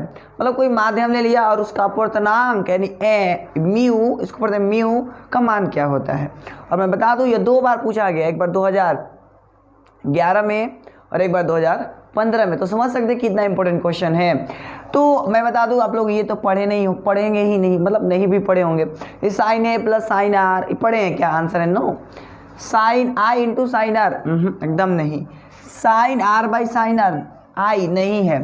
तो क्या है? तो ऑप्शन नंबर बी सही जवाब है। यानी हम लोग पढ़े ये हैं कि किसी माध्यम के अपवर्तनांक यानी म्यू का मान होता है साइन आई या बटा में साइन आर। क्लियर है? चलिए अब क्वेश्चन नंबर 2 की ओर बढ़ते हैं। क्वेश्चन नंबर 2 में बोल रखा है इन्होंने, अवतल लेंस में, किस लेंस में? अवतल लेंस में आवर्धन बराबर होता है। मैंने हमें बताना है अवतल लेंस में जो आवर्धन है वो किसके बराबर होता है। तो सीधी सी बात है कि ये तो मतलब ये तो होगा नहीं, ये भी नहीं होगा और ये भी नहीं होगा। क्या होता है? v by you. क्योंकि आपको पता है लास्ट लेक्चर में हमने बताया था, लास्ट वीडियो मतलब लास्ट ऑब्जेक्टिव वाला वीडियो में मैंने बताया था कि प्रतिबिंब की ऊंचाई और वस्तु की ऊंचाई के अनुपात को आवर्धन कहा जाता है, मतलब v बाई यू। ठीक है, और इसी तरीके से लेंस में भी वो रूल फॉलो होता है। अगला क्वेश्चन देखते हैं। अगला में है कि एक उत्तल लेंस होता है, मतलब एक उत्तल लेंस की जो बनावट होती है वो कैसे होती है, कैसा होता है, ये 2013 में पूछ रखा है। चलिए देखते हैं। ऑप्शन नंबर ए में दे रखा है सभी जगह समान मोटाई का। ऐसा संभव है? नहीं है। सभी जगह समान मोटाई का नहीं होता है। किनारों की अपेक्षा बीच में मोटा, हाँ इस तरीके का कुछ होता है। तो कहने का मतलब सही जवाब यही होगा, किनारों की अपेक्षा बीच में मोटा होता है एक उत्तल लेंस। याद रखिएगा, बहुत बहुत इंपॉर्टेंट है, जो कि 2013 में पूछा है। मैंने क्वेश्चन बैंक खरीदवाया है आपको, तो उसमें आप देख सकते हैं। ओके, अगला ऐसा नहीं है कि मैंने जस्ट मतलब ऐसे फालतू का लिख दिया है ताकि आपको मज़ा आए, ऐसा नहीं है, एकदम रियल लिखा गया है, आप चेक कर सकते हैं। ओके, अगला पढ़ते हैं। अगला क्वेश्चन में बोल रखा है प्रकाश के अपवर्तन के कितने नियम हैं, यानी बताना है हमें प्रकाश के अपवर्तन का कितना नियम है। तो प्रकाश के अपवर्तन के आपको पता है एक नियम तो होता नहीं है, 4 नियम तो होता नहीं है, 3 भी नहीं होता है, तो बचा क्या? 2। यानी याद रखिएगा प्रकाश के अपवर्तन के आपसे 2 नियम है। ओके, अगला क्वेश्चन की ओर बढ़ते हैं। अगला में बोल रखा है इन्होंने कि किस लेंस के द्वारा सिर्फ काल्पनिक प्रतिबिंब बनता है। मतलब एक हमें लेंस का नाम बताना है जिससे सिर्फ और सिर्फ काल्पनिक प्रतिबिंब बनता है। फिर से एक लेंस का नाम बताना है जिससे सिर्फ काल्पनिक प्रतिबिंब बनता है। ठीक है, वह लेंस का नाम क्या है? तो बाइफोकल तो हो नहीं सकता, उत्तल तो हो नहीं सकता, क्योंकि ये उल्टा होता है दर्पण की अपेक्षा, दर्पण की मतलब तुलना में उल्टा, क्योंकि दर्पण में उत्तल काल्पनिक बनाता था, लेकिन यहाँ पर उल्टा हो जाता है। यानी वह लेंस का नाम अवतल लेंस है जो सिर्फ और सिर्फ काल्पनिक प्रतिबिंब बनाता है। तो इस पर बहुत मतलब अलग अलग टाइप का क्वेश्चन आता है, ये 2016 में पूछा था, तो आपको इस पर थोड़ा सा कॉन्सेंट्रेट करना होगा कि कैसे पूछा है। जैसे इसमें पूछा है कि किस लेंस के द्वारा सिर्फ काल्पनिक प्रतिबिंब बनता है, तो ऑप्शन नंबर बी यानी कि अवतल लेंस एक ऐसा लेंस है जिससे सिर्फ और सिर्फ काल्पनिक प्रतिबिंब बनता है। मैं हट रहा हूँ, इसका स्क्रीनशॉट ले लीजिए, ठीक है, फिर हम आगे की ऑब्जेक्टिव देखेंगे। ओके, फटाफट स्क्रीनशॉट ले लीजिए, अब हम आगे के ऑब्जेक्टिव देखेंगे। तो उम्मीद है आप अब स्क्रीनशॉट ले चुके होंगे। तो चलिए अब हम आगे की ओर बढ़ते हैं, बढ़े ना। ओके, बढ़ते हैं। अगला क्वेश्चन में इन्होंने क्या बोल रखा है, अगला क्वेश्चन में बोल रखा है कि किसी वस्तु का वास्तविक तथा समान आकार का प्रतिबिंब प्राप्त करना है हमें, ठीक है। मतलब एक वस्तु है, उसका वास्तविक तथा समान आकार का प्रतिबिंब प्राप्त करना है। तो ऐसे में उस वस्तु को उत्तल लेंस के सामने कहाँ रखा जाए, और ये बहुत इंपॉर्टेंट है, 2012 में पूछा है। तो चलिए इसका जवाब समझते हैं। आप पढ़े होंगे दोस्त कि हम उत्तल लेंस में अगर किसी वस्तु का वास्तविक और समान आकार का प्रतिबिंब प्राप्त करना चाहें तो उसे हमें कहाँ नहीं रखना होगा, तो आंसर है लेंस के फोकस पर नहीं रखना होगा, सिंपल। अब आगे ये यानी कि फोकस दूरी के 2 गुने पर रखना होगा। आप समझे होंगे ना, 2f1 पर अगर मैं रखूं तो उत्तल लेंस के सामने अगर 2f1 पर रखूं अगर मैं, तो होगा ये कि इसका प्रतिबिंब, इस वस्तु का प्रतिबिंब वास्तविक बनेगा तथा समान आकार का बनेगा। क्लियर है। तो कहने का सीधा सा मतलब यह है दोस्त कि आप ऑप्शन नंबर बी सही जवाब बताइए, ठीक है। दूसरी चीज़ दोस्त, आगे बढ़ने से पहले एक बात कि अगर आप चैनल पर नए आ रहे हैं तो चैनल को प्लीज़ सब्सक्राइब कर दीजिए और वीडियो को ज़्यादा से ज़्यादा शेयर कीजिए ताकि सभी दोस्तों के पास पहुंच सके और सभी दोस्त लाभ ले सके और सभी का एग्ज़ाम में अच्छा परफॉर्मेंस हो, ताकि लॉकडाउन के चलते उन लोग नहीं पढ़े थे तो कम से कम ऑब्जेक्टिव इस तरीके से पढ़ ले। इसलिए सबको शेयर कीजिए, है ना। और आप लोग भी देखिए, पूरा शेयर कीजिए और लाइक कीजिए, कमेंट कीजिए, और जितने भी नए दोस्त आ रहे हैं ना वो चैनल को सब्सक्राइब ज़रूर कर देंगे, क्योंकि रोज़ वीडियो मिलेगा ऑब्जेक्टिव का और आपका प्रिपरेशन बहुत हद तक अच्छा हो जाएगा, ये मैं दावा लेता हूँ। चलिए अब हम बढ़ेंगे क्वेश्चन नंबर 7 की ओर। 7 नंबर में इन्होंने क्या बोला है, बहुत इंपॉर्टेंट और बहुत ही इंटरेस्टिंग क्वेश्चन है। वैसे तो देखा जाए जो क्वेश्चन नंबर 7 है वो 3rd चैप्टर से रिलेटेड है, बट मैं अभी इधर शॉर्टकट में बता देता हूँ, समझिएगा। क्या बोला है, किसी शब्दकोश में, मान लीजिए एक शब्दकोश दिया गया है, उस शब्दकोश में अगर दिए गए छोटे छोटे जो अक्षर होते हैं, देखे हो ना डिक्शनरी में छोटे छोटे अक्षर दिया गया होता है, तो छोटे छोटे अक्षर को पढ़ते समय हमें कौन सा लेंस, मतलब आप मान लीजिए आप ही शब्दकोश पढ़ रहे हैं, डिक्शनरी पढ़ रहे हैं ना, अब आप पढ़ रहे हैं, आप बोला जा रहा है आपको कि लेंस लीजिए, कोई एक लेंस ले लीजिए जिससे कि आपकी मतलब पढ़ने में अच्छा लगे और अच्छा लगे। तो आप कौन सा लेंस पसंद करना चाहेंगे, ये क्वेश्चन में पूछा है और ये 2018 का क्वेश्चन है। ऑप्शन नंबर ए में इन्होंने क्या बोला है कि 50 सेंटीमीटर फोकस दूरी का उत्तल लेंस। दोस्त अब हम उत्तल लेंस 50 सेंटीमीटर वाला नहीं लेंगे, क्योंकि हमने क्लोज वस्तु को पढ़ रहे हैं ना, इस कारण से 50 सेंटीमीटर वाला तो लेंगे नहीं। दूसरी चीज़, अवतल तो इसमें होगा ही नहीं, तो आप 50 वाला उत्तल नहीं लेंगे, अवतल तो होगा नहीं, तो बचा क्या, 5 सेंटीमीटर फोकस दूरी का उत्तल लेंस। ये उन्हीं को समझ आया होगा जो पढ़ चुके होंगे चैप्टर नंबर 3, है ना। वैसे नहीं समझ आया तो मैं चैप्टर नंबर 3 में फिर से इस क्वेश्चन को लाऊंगा और फिर से आपको समझाने की कोशिश करूंगा पूरा डिटेल में।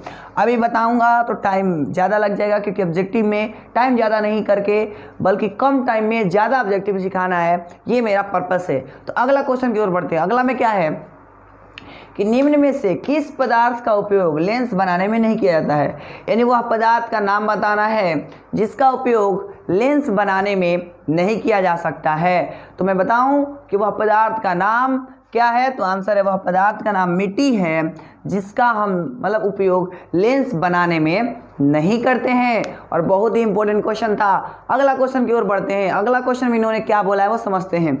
अगला में बोला है यदि उत्तल लेंस के सामने, कौन सा लेंस, उत्तल लेंस, तो यदि उत्तल लेंस के सामने वस्तु को 2f1 पर रखा जाए, देखिए ये पहले ही वाला क्वेश्चन है, इसी को दूसरे लैंग्वेज में मैंने इसको लिखा है, फिर भी ये पूछा है, फिर भी पूछा है। तो कहने का सीधा सा मतलब ये है, एक क्वेश्चन को 2-3 लैंग्वेज से पूछ सकता है, तो घबराना नहीं है। हर एक लैंग्वेज से मैं आपको बना करके दूंगा ऑब्जेक्टिव, क्योंकि क्वेश्चन छोड़ना मना है। तो चलिए अगला बढ़ते हैं। अगला क्या बोला है, यदि उत्तल लेंस के सामने किसी वस्तु को 2f1 पर रखी जाए तो उसका प्रतिबिंब कहाँ बनेगा, ये हमें बताना है। ऑप्शन नंबर ए में दे रखा अनंत पर। अनंत पर हो ही नहीं सकता। अच्छा 2f2 पर, हाँ बहुत अच्छा, 2F2 पर बनेगा। कहाँ बनेगा? 2F2 पर बनेगा। यानी याद रखिएगा, जब उत्तल लेंस के सामने वस्तु को 2F1 पर रखा जाए तो उसका प्रतिबिंब 2F2 पर बनता है। ये बात याद कर लीजिए, बहुत बहुत इंपॉर्टेंट है, क्योंकि यही क्वेश्चन पूछा है 2012 में, दूसरे लैंग्वेज में मैंने लिख दिया इधर, तो दोनों बात मिला जुला करके ही है। तो मैं हट रहा हूँ, इसका स्क्रीनशॉट ले लीजिए, फिर हम और आगे के ऑब्जेक्टिव्स देखेंगे। ओके,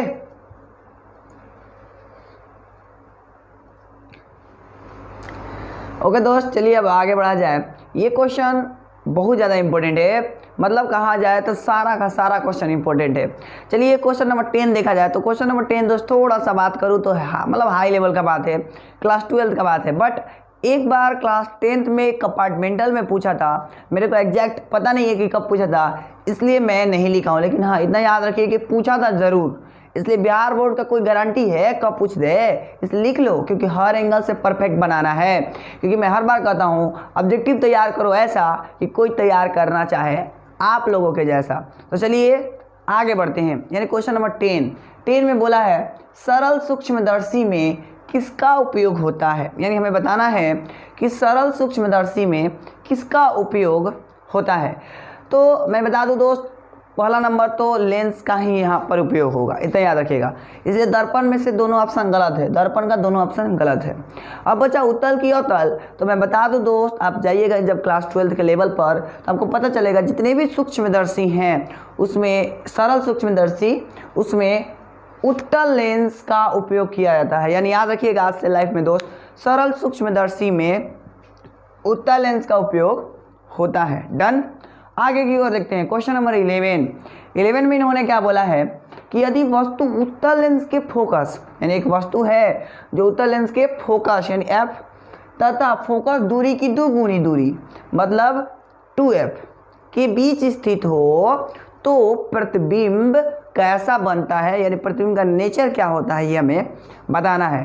तो एक बात याद रखिएगा दोस्त, जब भी ऐसा क्वेश्चन है तो आपको फिगर बना लेना चाहिए था शॉर्टकट में। तो आप फिगर मैंने आपको खूब पढ़ाया है ऐसे उत्तल लेंस करके, तो आप बना सकते हैं या फिर अपने कॉपी पर देख सकते हैं। अगर मैं बनाना स्टार्ट करूँगा तो बहुत ज़्यादा लंबा हो जाएगा, बट इतना मैं ज़रूर बताऊँगा कि जहाँ का ट्रिक बता रहा हूँ समझिएगा, जहाँ कहीं भी आ रहा है काल्पनिक तो सीधा होना ही चाहिए।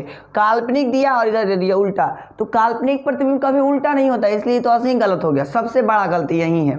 अब बचा ये, तो मेरे समझ से या फिर आपके समझ से भी जब बनाइएगा तो ये नहीं हो सकता है। यानी ऑप्शन नंबर सी इसका सही जवाब है। यानी याद रखिएगा कि यदि वस्तु उत्तल लेंस के फोकस तथा फोकस दूरी के दुगुनी पर हो तो उसका प्रतिबिंब वास्तविक बनता है, वस्तु के सापेक्ष उल्टा बनता है तथा वस्तु से बड़ा बनता है। ये बात याद कर लीजिए, ठीक है। अब हम क्वेश्चन नंबर 12 की ओर बढ़ते हैं। 12 नंबर में बोल रखा है उत्तल lens co dot dot lens कहा जाता है। यानी याद रखिएगा उत्तल लेंस को एक और लेंस के नाम से जाना जाता है और उसको हम बोलते हैं अभिसारी लेंस। क्यों अभिसारी बोलते हैं, मैंने लिखवाया है, क्योंकि ये प्रकाश के किरणों को अभिसरित यानी कि एक बिंदु पर आकर के मिला देते हैं, इस कारण से हम उत्तल लेंस को अभिसारी लेंस भी कहते हैं। ओके दोस्त, मैंने ये ऑब्जेक्टिव पहले भी लिखवा दिया है क्लास में भी। तो एक बात क्लास से ही याद आ गया दोस्त, कुछ लोग कहना चाहते हैं कि सर आपका कोचिंग कहाँ है।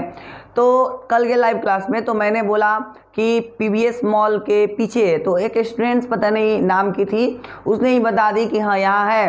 तो एक स्टूडेंट्स बोली कि ठीक है मैं आऊँगी। तो मतलब कहने का सीधा सा अर्थ है कि अगर आप चाहते हैं आना तो आप आ सकते हैं, क्योंकि ज़्यादा दिन टाइम नहीं बचा है, देर करिएगा तो बहुत ज़्यादा देर हो जाएगा। इसलिए चाहते हैं अगर आप लोग या फिर कोई स्टूडेंट्स चाहते हैं आप लोग, यानी कि छात्र या छात्राएं जो भी चाहती हैं आप लोग आना, तो आप आ सकते हैं। आप मतलब ऑफलाइन भी पढ़ सकते हैं, ऑनलाइन भी पढ़ सकते हैं, क्योंकि लॉकडाउन के कारण दोनों बैचेस चलाना ज़रूरी है। चलिए अब हम क्वेश्चन नंबर 13 की ओर बढ़ते हैं। 13 में वो रखा है अवतल lens co dot dot lens कहा जाता है। यानी अवतल लेंस को किस लेंस के नाम से जाना जाता है। तो अवतल लेंस को चूंकि अभी हमने पढ़ा कि उत्तल लेंस को अभिसारी कहा जाएगा, तो अवतल लेंस क्या करता है, प्रकाश की किरणों को फैला देता है, यानी डाइवर्स कर देता है। डाइवर्स का मतलब होता है अपसारी, यानी अपसरित कर देता है। इस कारण से मैं यहाँ पर बोलूँगा, या फिर आप लोग भी आज से बोलना स्टार्ट कर दीजिएगा, वो ये कि अवतल लेंस को अपसारी लेंस कहा जाता है। डन। तो उम्मीद है आपको ये समझ आया होगा। तो मैं हट रहा हूँ, इसके स्क्रीनशॉट फटाफट ले लीजिए। अब हम कुछ और ऑब्जेक्टिव देखते हैं। ओके ओके दोस्त, चलिए अब हम आगे बढ़ते हैं। अगला क्वेश्चन क्या बोल रखा है समझिएगा। अगला क्वेश्चन बोल रखा है लेंस की क्षमता व्यक्त की जाती है, यानी कि जो लेंस की क्षमता है उसका डेफिनेशन क्या होता है, व्यक्त कैसे किया जाता है, ये हमें बताना है। तो ऑप्शन नंबर ए में दे रखा है फोकस दूरी के द्वारा। तो फोकस दूरी के द्वारा तो कुछ हद तक ठीक है पर पूरा सही नहीं है, और फोकस के दोगुनी द्वारा ये तो पूरा गलत है। फोकस दूरी के व्युत्क्रम द्वारा, यस, क्योंकि हम लोग पढ़े हैं कि किसी लेंस की क्षमता उसके फोकस दूरी के व्युत्क्रमानुपाती होती है। मतलब ये हुआ कि लेंस की क्षमता व्यक्त की जाती है तो फोकस दूरी के व्युत्क्रम द्वारा, फोकस दूरी के व्युत्क्रम द्वारा। डन। आगे की ओर बढ़ते। अगला है कि उत्तल लेंस द्वारा आवर्धित और आवर्धित काल्पनिक प्रतिबिंब तब बनता है जब वस्तु कहाँ रहती है। मतलब हमें ये बताना है कि उत्तल लेंस में है ना कि एक वस्तु का बड़ा काल्पनिक प्रतिबिंब बनाना है, और ऐसे में उस वस्तु को कहाँ रखा जाए इस बात को हमें बताना है। अनंत पर तो हो नहीं सकता, फोकस पर तो हो नहीं सकता, क्योंकि अनंत पर रखेंगे तो फोकस, फोकस पर रखेंगे तो अनंत, ये तो नहीं होगा। तो आंसर बचा तीसरा, तो क्या हो सकता है, तो यस हो सकता है, यानी ऑप्शन नंबर सी। यानी याद रखिएगा आज से, अगर मैं उत्तल लेंस द्वारा आवर्धित काल्पनिक प्रतिबिंब प्राप्त करना चाहता हूं तो मुझे वस्तु को फोकस और लेंस के बीच रखना होगा। डन। अब हम अगला क्वेश्चन और इस वीडियो का लास्ट क्वेश्चन की ओर बढ़ते हैं। लास्ट क्वेश्चन बताने से पहले एक बार फिर से कहना चाहूँगा दोस्त, जितने भी लोग नए आ रहे हैं वो चैनल को सब्सक्राइब कर देंगे और अपने दोस्तों के पास ज़्यादा से ज़्यादा वीडियो शेयर करिए। कम से कम टारगेट बनाइए दोस्त, आप सभी लोग मिल करके पूरा संगठन बनाइए कि एक दिन में 100 लोग का वीडियो दिखवाना है मेरे को। कैसे भी ये टारगेट बनाइए ना, क्योंकि 100 लोग का भला होगा ना तो वो 100 दूसरों को शेयर करेगा, फिर दूसरे को। अब टारगेट बनाइए कि एक दिन में 100 हमने मतलब दिख लेना है, सभी को 100 लोग को दिखवा देना है। तो ये टारगेट रखिए। और कितने लोग 100 मतलब करना चाहते हैं वो कमेंट आज ज़रूर करेंगे, अभी के अभी कमेंट करेंगे कि हाँ मैं सब करवा करके रहूँगा एक दिन, क्योंकि पूरा संगठन मिलेगा तभी हम लोग आगे बढ़ेंगे। क्योंकि पूरा संगठन मिलेगा यानी कहने का अर्थ है 100 एक दिन में व्यू आने लगा, एक दिन में 100 मतलब 1-2 घंटा में 100-200 व्यू आने लगा, तो मैं सारे चैप्टर का वीडियो अपलोड करना शुरू कर दूंगा, ऑब्जेक्टिव, यहाँ तक कि संस्कृत का भी करना स्टार्ट कर दूंगा।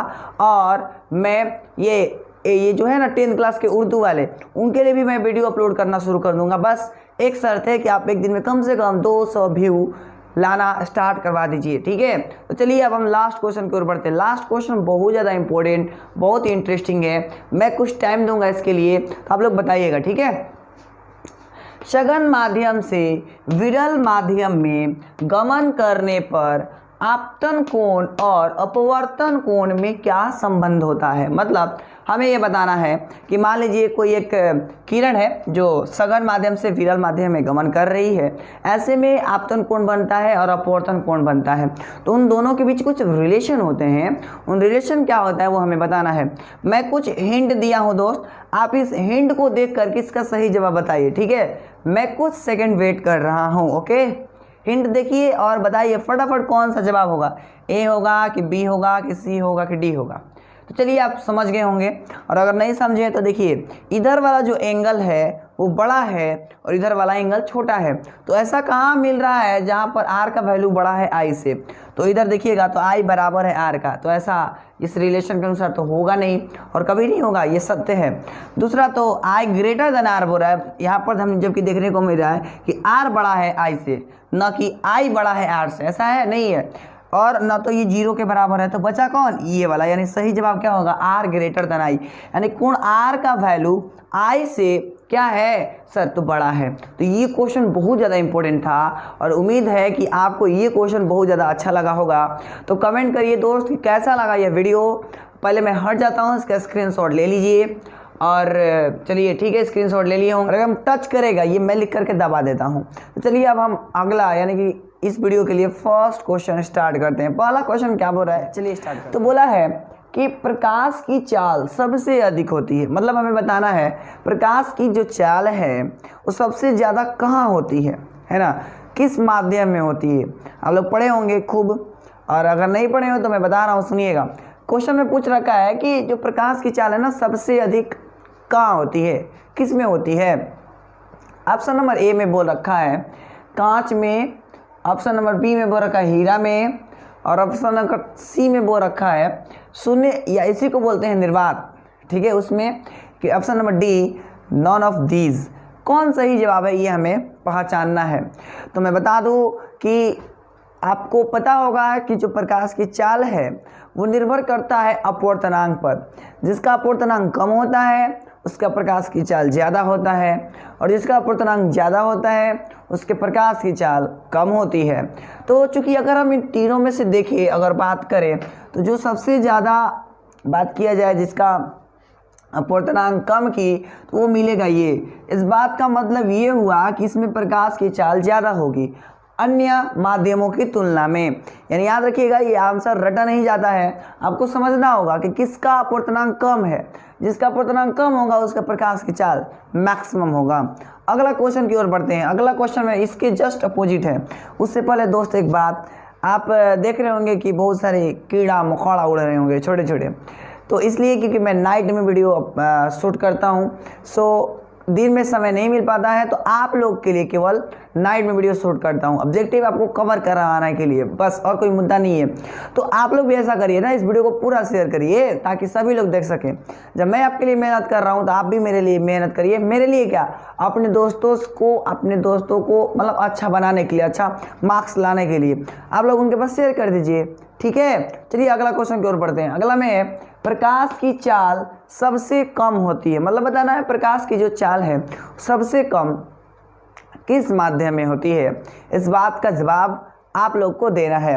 ऑप्शन नंबर ए में बोल रखा है इन्होंने कि कांच में, ऑप्शन नंबर बी वायु में, ऑप्शन नंबर सी हीरा में, और option number D none of these. अब which one is the right answer for given this question. सवाल है कि कौन सा सही जवाब है इस क्वेश्चन के लिए। तो मैंने अभी बताया दोस्त, प्रकाश की जो चाल है सबसे कम की बात किया गया है। इस बात का मतलब उसमें कम होगा जिसका अपवर्तनांक मैक्सिमम होगा। मैक्सिमम किसका होता है, इसका कि इसका। तो सिंपल सी बात है, हीरा का अपवर्तनांक मैक्सिमम होता है। इस कारण से प्रकाश की चाल सबसे कम हीरा में ही होगा। ये मतलब बात पूरे तरीके से याद कर लीजिए क्योंकि बहुत ज़्यादा इंपॉर्टेंट क्वेश्चन है। चलिए अगला क्वेश्चन की ओर बढ़ते हैं। अगला में क्या बोला है, स्नेल का नियम समझते हैं ना। और अगर नहीं समझते हैं तो उस पर का क्वेश्चन करा देता हूँ, आपका माइंड मतलब समझ आ जाएगा कि हाँ ये स्नेल का नियम बोला था। स्नेल के नियम क्या कहते हैं, या स्नेल के नियम के अनुसार निम्न में सही कौन है, हमें बताना है। स्नेल के नियम के अनुसार इस सब में से सही कौन है। ऑप्शन नंबर ए कौन है, ऑप्शन नंबर ए में बोल रखा है mu is equal to sine i by sine r. Option number B में बोल रखा है mu is equal to sine i plus are.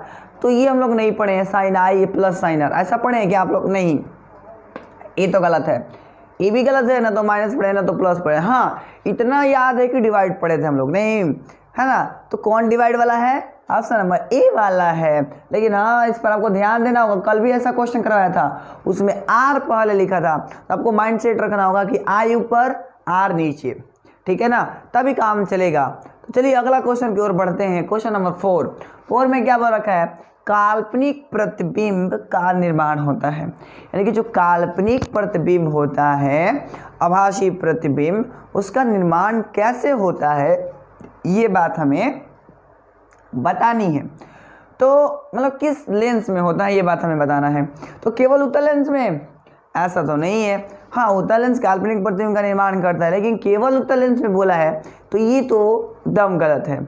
अच्छा ऑप्शन नंबर ए नहीं हो सकता, मतलब क्योंकि केवल ऐसा थोड़ी ना केवल उत्तल लेंस ही काल्पनिक प्रतिबिंब बनाता है, और कोई भी तो बनाते हैं, जैसे अवतल लेंस बनाता है, तो ये भी सही है। तो सवाल है कि एक क्वेश्चन में दो सही हो गया, तो फिर सही जवाब कौन होगा? अरे option number C A and B. यानी मतलब ये हुआ कि काल्पनिक प्रतिबिंब का निर्माण उत्तल लेंस भी करता है, अवतल लेंस भी करता है। इस तरीके से आपके माइंड में कॉन्सेप्ट डालना चाहता हूँ ताकि आपका से व्यक्ति कोई भी पूछे कोई भी क्वेश्चन तो आप कभी भी हिचकिचाए नहीं, आप पूरा कॉन्फिडेंटली बताएंगे, ये मेरा आपसे वादा है। चलिए अगला क्वेश्चन की ओर यानी क्वेश्चन नंबर 5 की ओर बढ़ते हैं। 5 नंबर में क्या बोला है, लेंस की क्षमता P, आपको पता है ना लेंस की क्षमता को P से डिनोट करते हैं, है ना, यानी पावर ऑफ लेंस को P से डिनोट कर दें, और ये बराबर होता है, किसके बराबर होता है हमें बताना है। यानी लेंस की क्षमता P बराबर होता है, कल भी ऐसा क्वेश्चन कराया था और ये 2009 में पूछा है, 2009 में पूछा है। तो ऑप्शन नंबर ए इफ, नहीं ये तो हम लोग नहीं पढ़े, नहीं। अच्छा भी तो हो ही नहीं सकता। अच्छा क्यों नहीं हो सकता? क्योंकि हम लोग कल पढ़े थे लेंस की क्षमता फोकस दूरी की व्युत्क्रमानुपाती होती है। कौन है व्युत्क्रमानुपाती? ये वाला है, यानी ऑप्शन नंबर डी सही जवाब होगा इस क्वेश्चन का। यानी कि लेंस की क्षमता P बराबर होता है 1/f के। तो उम्मीद है आपको इतना समझ आया होगा। तो बहुत लोग कहते हैं स्क्रीनशॉट के लिए कुछ टाइम दीजिए, तो मैं कुछ सेकंड्स के लिए हट जाता हूँ, इसका स्क्रीनशॉट ले लीजिए, फिर हम आगे की ओर बढ़ते हैं।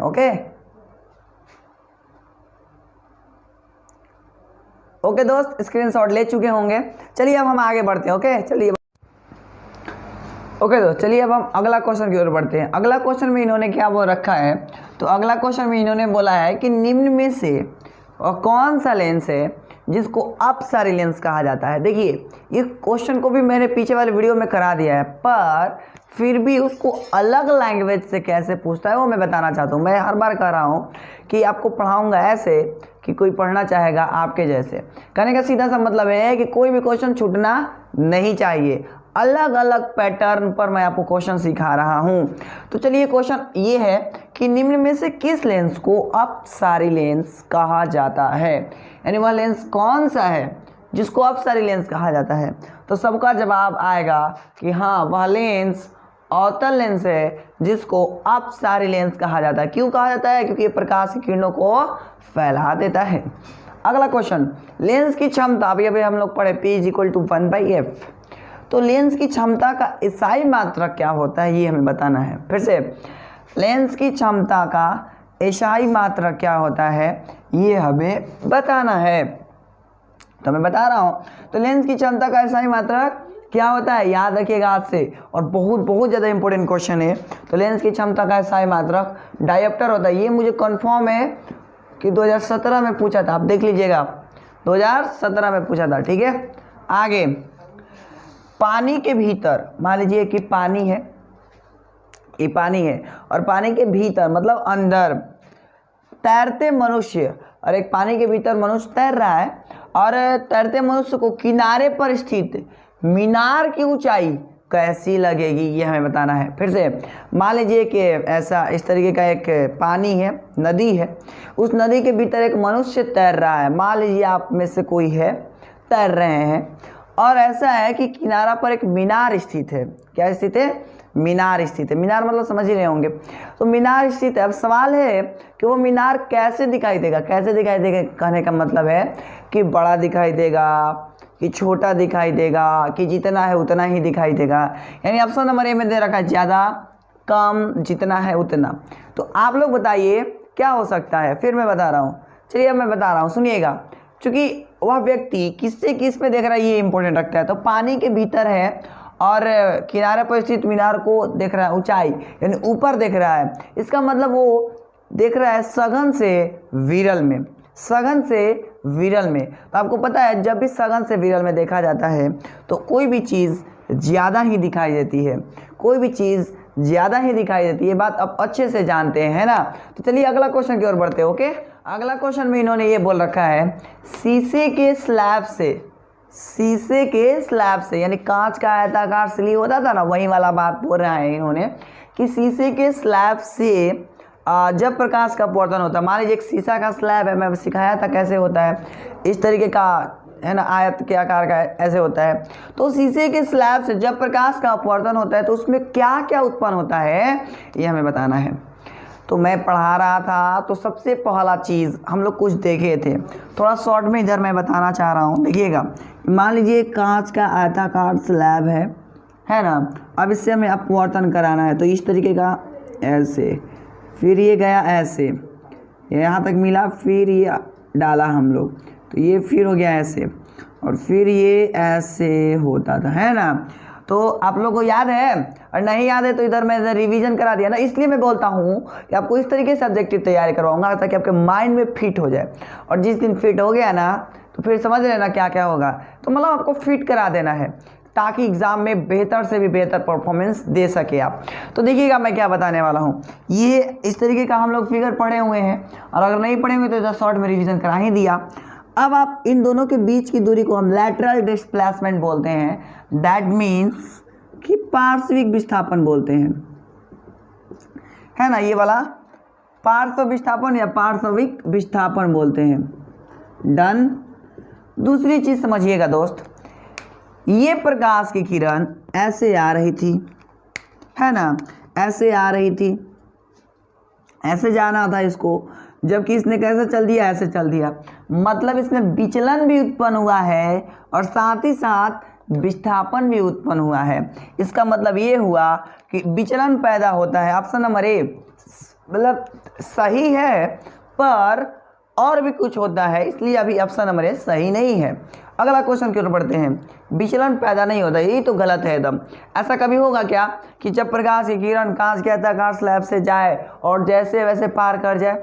ये पॉसिबल ही नहीं है दोस्त, क्योंकि माध्यम चेंज हो रहा है, और अगर माध्यम चेंज हो रहा है तो ये बहुत ज़रूरी है, या ज़रूरी क्या है, एकदम होता ही है कि उसकी दिशा में चेंज आता है हमेशा। इस कारण से ये तो गलत है, एकदम बहुत बड़ा गलती है इसमें। चलिए अगला क्वेश्चन, अगला ऑप्शन देखते हैं। अगला ऑप्शन में पार्श्व विस्थापन होता है, ये भी सही है, बट कुछ और चीज़ें दे रखा है। वो दे रखा है ए एंड सी। मान लीजिए ये नहीं दिया होता तो कोई एक सही कर लेते, बट अभी दिया है ए एंड सी दोनों, तो ये वाकई में बात सही है, क्योंकि मैंने इधर दिखा रहा हूँ आपको कि जब कांच के आयताकार स्लिप से अपवर्तन कराया जाता है तो पार्श्विक विस्थापन के साथ साथ विचलन भी पैदा होता है। यानी मतलब ये हुआ कि ऑप्शन नंबर डी सही जवाब है इस क्वेश्चन के लिए। मतलब फिर से रिपीट करा देता हूँ, शीशे के स्लैब से जब प्रकाश का अपवर्तन होता है तो उसमें विचलन पैदा होता है और साथ ही साथ पार्श्व विस्थापन होता है। उम्मीद है आपको अब समझ आ चुका होगा। तो इतना अगर समझ आ गया तो वीडियो को लाइक कर लीजिए, कमेंट करिए कि वीडियो कैसा लग रहा है, और दोस्तों के पास ज़्यादा से ज़्यादा शेयर करिए। और अगर चैनल पर नए आ रहे हैं तो चैनल को कर लीजिए सब्सक्राइब, ठीक है। चलिए अब हम और कुछ ऑब्जेक्टिव देखते हैं। पहले मैं हट जा रहा हूँ, इसका स्क्रीनशॉट ले लीजिए, फटाफट स्क्रीनशॉट ले लीजिए, फिर हम कुछ और ऑब्जेक्टिव देखते हैं। चलिए आगे बढ़ते हैं, ओके। यानी क्वेश्चन नंबर 10 की ओर बढ़ते हैं। क्वेश्चन नंबर 10 में इन्होंने क्या बोला है वो समझते हैं। 10 में बोल रखा है कि कौन सा लेंस है निम्न में से उसको अभिसारी लेंस के कहते हैं। मतलब एक ऐसा लेंस का नाम बताइए जिसको अभिसारी लेंस भी कहा जाता है। तो ये वीडियो मतलब ये हम बोल सकते हैं कि ऐसा क्वेश्चन हमने प्रीवियस वीडियो में भी किया है, और उसका सेकंड लैंग्वेज में कैसे पूछता है मैंने उसको इधर लिखा है, ठीक है। तो ऑप्शन नंबर ए में बोल रखा है अवतल, बी में बोल रखा है उत्तर, सी में बोल रखा है ए एंड बी दोनों। मतलब सी का कहने का अर्थ है कि अवतल भी को अपसारी कहा जाता, सॉरी अभिसारी कहा जाता है, और उत्तल को भी अभिसारी कहा जाता है। ये सी नंबर ऑप्शन नंबर बोलना चाह रहा है, लेकिन ऐसा है नहीं है, ये गलत है। तो नॉन ऑफ दिस तो होगा नहीं। अवतल हमने जस्ट पीछे हमने पढ़ा हम लोग कि अवतल लेंस को अपसारी लेंस कहा जाता है। तो बचा क्या, बी। यानी मतलब ये हुआ कि उत्तल लेंस एक ऐसा लेंस है जिसको अभिसारी लेंस कहा जाता है। डन। चलिए अगला क्वेश्चन की ओर बढ़ते हैं। अगला में इन्होंने क्या बोला है, निम्न में से ऐसा कौन सा लेंस है, निम्न में कौन सा लेंस है जो, समझिएगा, निम्न में कौन सा लेंस वस्तु का, मान लीजिए कौन लेंस का ऐसा, मतलब लेंस का एक ऐसा नाम बताना है जो किसी वस्तु का कैसा प्रतिबिंब बनाता हो, तो वास्तविक प्रतिबिंब बनाता हो, ये हमें बताना है। तो सिंपल सी बात है, ऑप्शन नंबर ए में दे रखा है अवतल, उत्तल एंड बी और नॉट। तो हम लोग को पता है कि अवतल लेंस एक ऐसा लेंस है जो किसी भी वस्तु का काल्पनिक प्रतिबिंब बनाता है, कभी भी ये वास्तविक प्रतिबिंब नहीं बनाता है, क्योंकि हमने ये प्रीवियस वीडियो में ऐसा क्वेश्चन किए थे, है ना। इसका मतलब ये हुआ कि जो ऑप्शन नंबर ए है एकदम रॉन्ग है ना। अच्छा, ए एंड बी तो होगा नहीं, क्योंकि जब ए रॉन्ग हो गया तब ऑप्शन नंबर सी भी नहीं होगा। मैं बार बार कहता हूँ पहले भीड़ कम करिए, फिर देखिए ना अपन मन सही हो जाएगा। और नॉट तो होगा ही नहीं। बचा क्या, बी हो गया सही।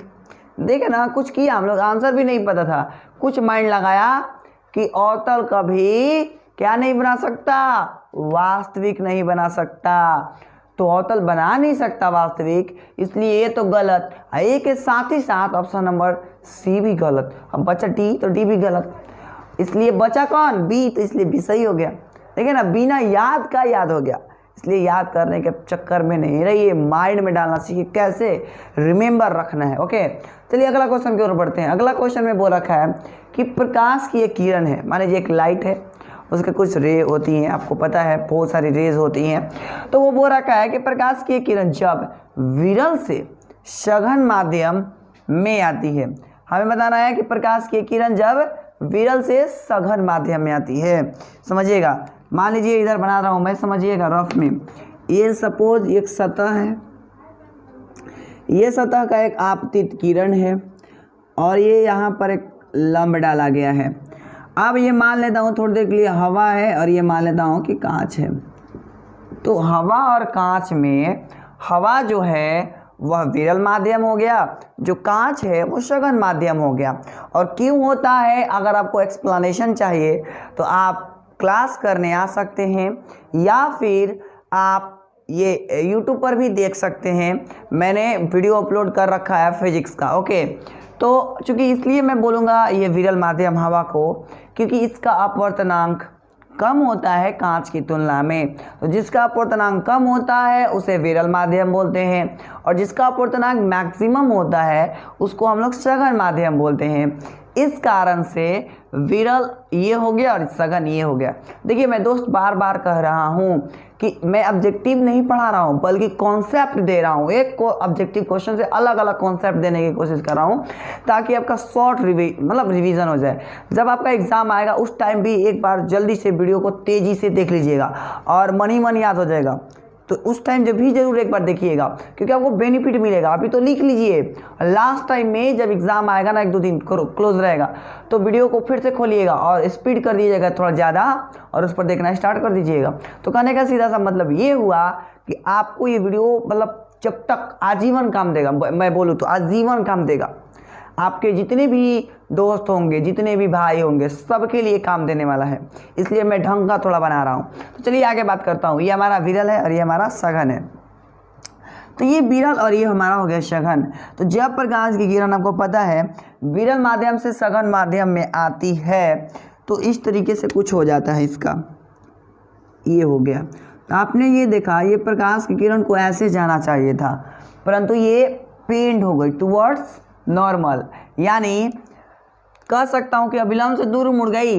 देखिए तो दूर मुड़ा नहीं मुड़ा, क्योंकि दूर मुड़ा नहीं, दूर मुड़ने का मतलब उधर चला जाता, बल्कि तो इधर आ गया। तो ऑप्शन नंबर ए गलत। सीधा निकला क्या? नहीं, सीधा तो ये था, सीधा निकला नहीं। ऑप्शन नंबर बी भी गलत। मैं बार बार बोल रहा, भीड़ दूर कीजिए, आपका सही हो जाएगा। अच्छा, सी पर आते हैं। अभिलंब की ओर मुड़ जाती है, तो देखिए ना अभिलंब की ओर ना मुड़ गई, यानी ऑप्शन नंबर सी सही जवाब है। क्वेश्चन नंबर किसके लिए? बरहवा के लिए। फिर से क्वेश्चन नंबर 12 के लिए रिपीट कर देता हूँ थोड़ा तेजी में। प्रकाश की किरण जब विरल से सघन माध्यम में आती है तब वह अभिलंब की ओर मुड़ जाती है। डन। चलिए अब हम क्वेश्चन नंबर आगे बढ़ेंगे, क्वेश्चन नंबर 13 देखेंगे। उससे पहले स्क्रीनशॉट फटाफट इसका ले लीजिए। ओके, अब हम आगे बढ़ते हैं। चलिए आगे बढ़ा जाए। ओके दोस्त, चलिए अब हम क्वेश्चन नंबर 13 की ओर बढ़ते हैं। 13 नंबर में क्या बोल रखा है सुनिएगा। 13 में बोल रखा है कि जब प्रकाश की एक किरण, मान लीजिए कोई प्रकाश है, उसकी एक किरण है, वह किरण एक माध्यम से, समझिएगा इसको रफ वर्क में मैं समझाने की कोशिश करूंगा। मान लीजिए एक सतह है, अब इस सतह पर प्रकाश की एक किरण आ रही है, ऐसे है ना, प्रकाश की किरण आई तो आपको पता है कि तो नॉर्मल ड्रॉ करते हैं जहाँ पर ये मिलती है। उसके बाद बोल रहा है कि एक माध्यम से, यानी इसको मैं माध्यम ले लेता हूँ हवा, इसको ले लेता हूँ हीरा, तो एक माध्यम से दूसरे माध्यम में जा रही है। इसको मैंने बोल दिया माध्यम 1 और इसको मैंने बोल दिया माध्यम 2।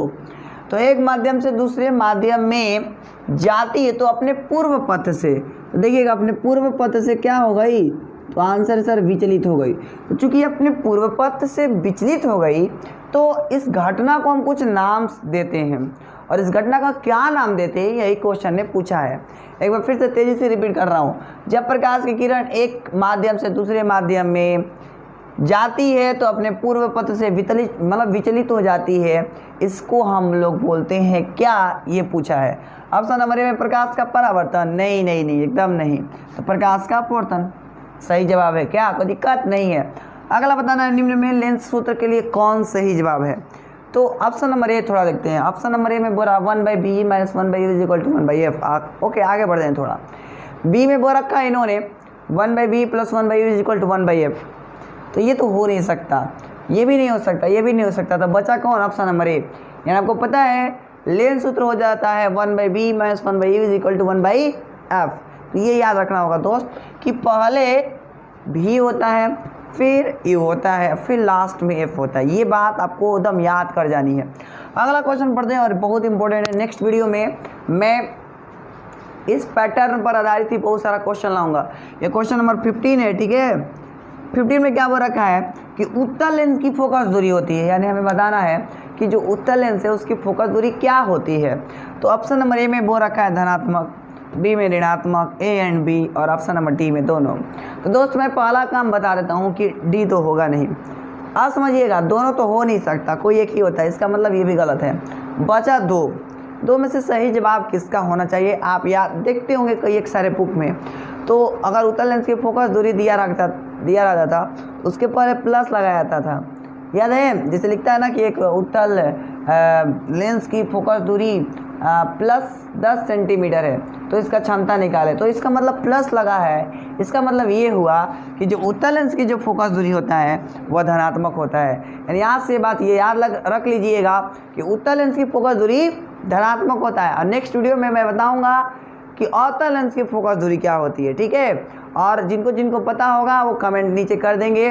और पहले तो स्क्रीनशॉट ले लीजिए फटाफट, फिर हम आगे की ओर। फर्स्ट नंबर में क्या बोला है इन्होंने, समझिएगा। फर्स्ट नंबर में बोला है माध्यम बदलने से। मान लीजिए एक माध्यम से दूसरे माध्यम में कोई चीज़ें गई तो उसका क्या हो जाता है, वेग बदल जाता है। जैसे मान लीजिए हीरा और कांच से अगर प्रकाश, मान लीजिए फर्स्ट टाइम प्रकाश अगर हीरा में है, सेकेंड टाइम कांच में गया, तो कुछ वेग उसका चेंजेस आ जाता है। तो ऐसे में इस घटना का नाम क्या दिया जाता है? तो ऑप्शन नंबर ए में बोला है परावर्तन, बी में बोला है अपवर्तन, सी में बोला है पूर्ण आंतरिक परावर्तन, और डी में बोला है इनमें से कोई नहीं। तो सीधी सी बात है, परावर्तन तो कहते नहीं है, क्योंकि परावर्तन में होता क्या है कि एक ही माध्यम रहता है, और एक माध्यम रहता है इसका मतलब उसमें वेग चेंज नहीं होगा। क्योंकि अब हम बता देता हूँ आपको कि माध्यम बदलेगा तभी वेग चेंज होगा, माध्यम अगर नहीं बदला तो वेग चेंज होना ही नहीं है, एकदम तय है कि वेग चेंज नहीं होगा। तो ऑप्शन नंबर ए तो गलत है, पूर्ण आंतरिक परावर्तन भी नहीं होगा। तो बचा कौन? Option number B. यानी याद रखिएगा, जब माध्यम बदलता है तो प्रकाश का मतलब जो वेग है वो बदल जाता है। इसके पीछे का लॉजिक है अपवर्तन। डन। अगला क्वेश्चन की ओर बढ़ते हैं। अगला में इन्होंने बोला है पानी से भरी बाल्टी का गहराई कम दिखता है। मान लीजिए आप घर पर ये प्रयोग कर सकते हैं, एक बाल्टी ले लीजिएगा और उस बाल्टी में पानी डाल दीजिएगा, उसमें छड़ी या सीका या कुछ भी डाल दीजिएगा, तो उसकी गहराई कम दिखाई देता है ना, या फिर वो उठा हुआ दिखाई देता है, या फिर मैं बोल सकता हूँ पानी की गहराई भी कम देने लगता है। ऐसा क्यों होता है? ऑप्शन नंबर ए में बोला है परावर्तन, बी में अपवर्तन, सी में ए एंड बी, और डी में इनमें से कोई नहीं। तो इससे पहले मैं दोस्त पूछना चाहूँगा कितने लोग ने प्रयोग किया है, कमेंट करेंगे कि हाँ मैंने ये प्रयोग किया है, पानी से भरी बाल्टी का गहराई कम दिखाई देता है। क्यों दिखाई देता है, इसका प्रयोग कितने लोग किए, कमेंट बॉक्स में कमेंट करेंगे जल्दी, ठीक है। और ऑप्शन नंबर ए में बोला है परावर्तन, अपवर्तन, ए एंड बी, और डी में एन में से कोई नहीं। तो आपको पता है अपवर्तन वह कारण है जिससे पानी से भरी बाल्टी है उसकी गहराई कम दिखाई देती है। अगला क्वेश्चन, समतलोत्तल लेंस की प्रकृति क्या होती है? एक समतलोत्तल लेंस होता है, आप लोग पढ़े होंगे। लेंस कई एक प्रकार के हो जाते हैं, समतलोत्तल है ना, अवतलोत्तल है ना, और अवतल उत्तल, ठीक है, उभय अवतल है ना। तो उसमें से एक आता है समतलोत्तल। लेंस की प्रकृति कैसी होती है? तो अभिसारी होता है। कैसा होता है? अभिसारी होता है। अगला क्वेश्चन, अवतल लेंस की फोकस दूरी क्या होती है? चूंकि हम लोग पीछे वाले वीडियो में पढ़े हैं और होमवर्क भी दिया था, ये कुछ लोग बता दिए थे, बहुत अच्छी बात है। तो मैंने क्या बोला था कि अवतल लेंस की फोकस दूरी क्या होती है? तो अवतल लेंस की फोकस दूरी धनात्मक होती है, इसलिए अवतल लेंस की फोकस दूरी ऋणात्मक हो जाएगी, ऋणात्मक हो जाएगा। क्लियर है?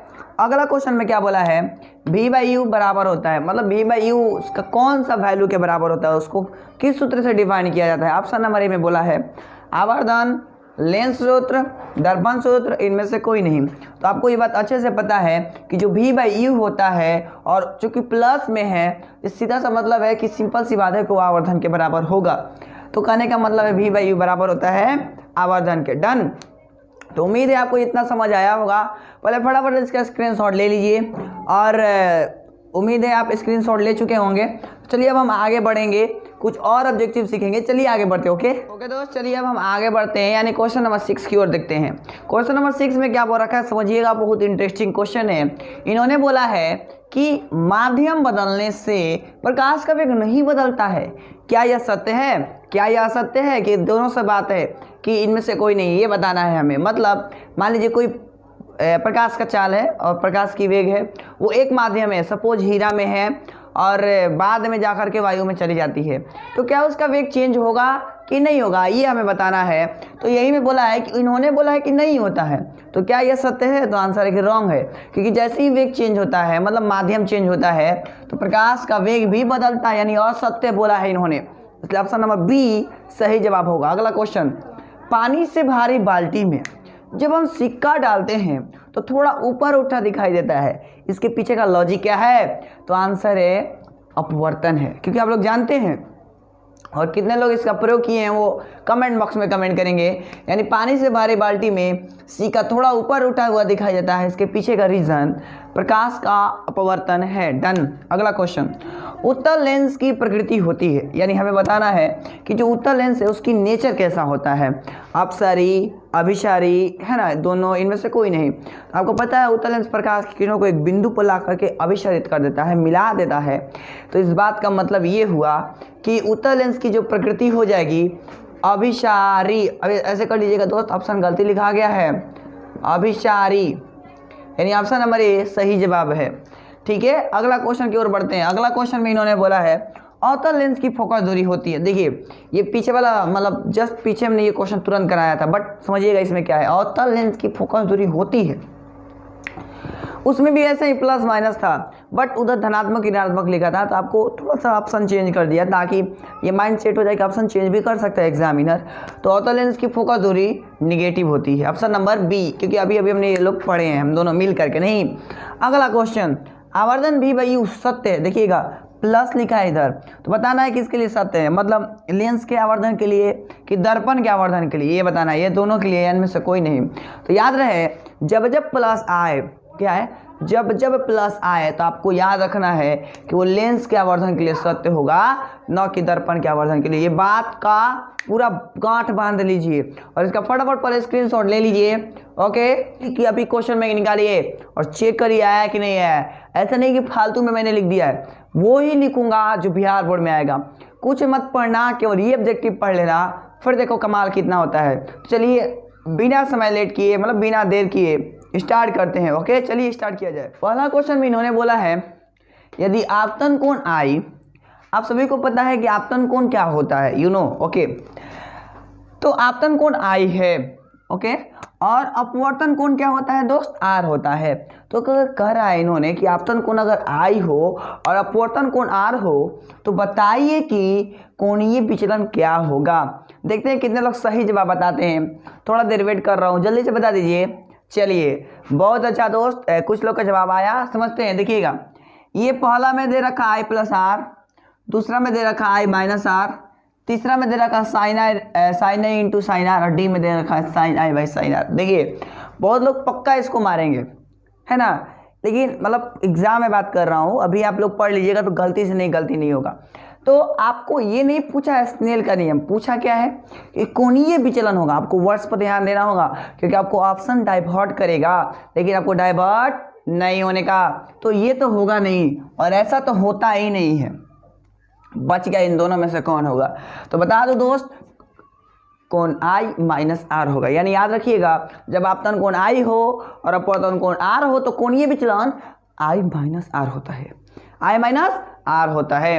अगला क्वेश्चन की ओर बढ़ते हैं। अगला क्वेश्चन में क्या है, कांच का अपवर्तनांक निम्न में है, यानी बताना है कि निम्नलिखित में से कौन कांच का अपवर्तनांक है। यानी कांच का अपवर्तनांक 1.003 होता है, एकदम हो ही नहीं सकता।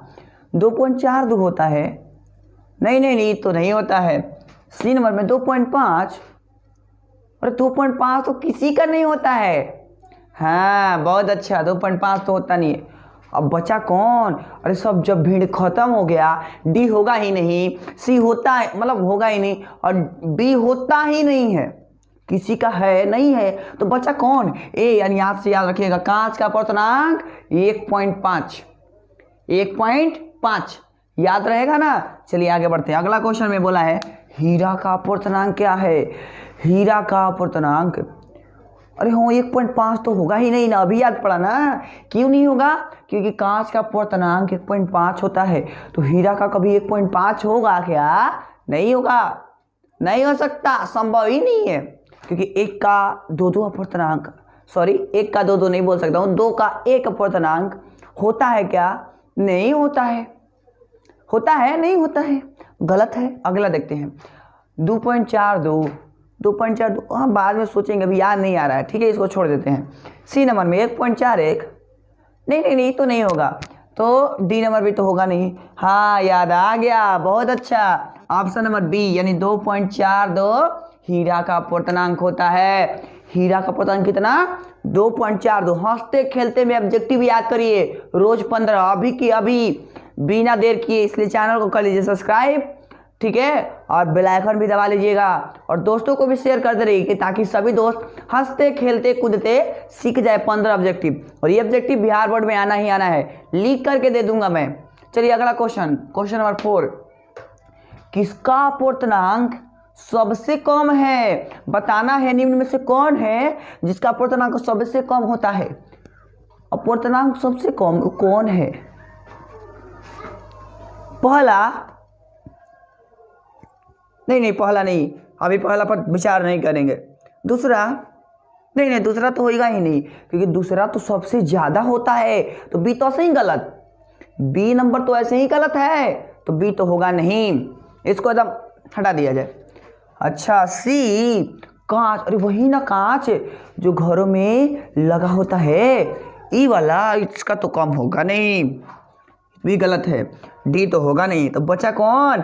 ये, बहुत अच्छा। तो निम्न में किसका अपूर्णांक सबसे कम है? वायु का, याद रहिएगा ना, याद रहिएगा। अरे वायु समझते हैं ना, जो बाहर हवा खाते हैं ना, वही वाला है, ठीक है। तो उसका अपूर्णांक सबसे कम होता है इस सब की तुलना में। बात समझ आ गई? अगला क्वेश्चन, किसका अपूर्णांक सबसे अधिक? निम्नलिखित में से किसका अपूर्णांक है जो सबसे अधिक होता है? सबसे अधिक वायु तो होगा नहीं, वायु होगा नहीं होगा, क्योंकि अभी हम लोग पढ़े वायु का अपूर्णांक सबसे कम, तो जो सबसे कम था वो सबसे ज्यादा कैसे होगा?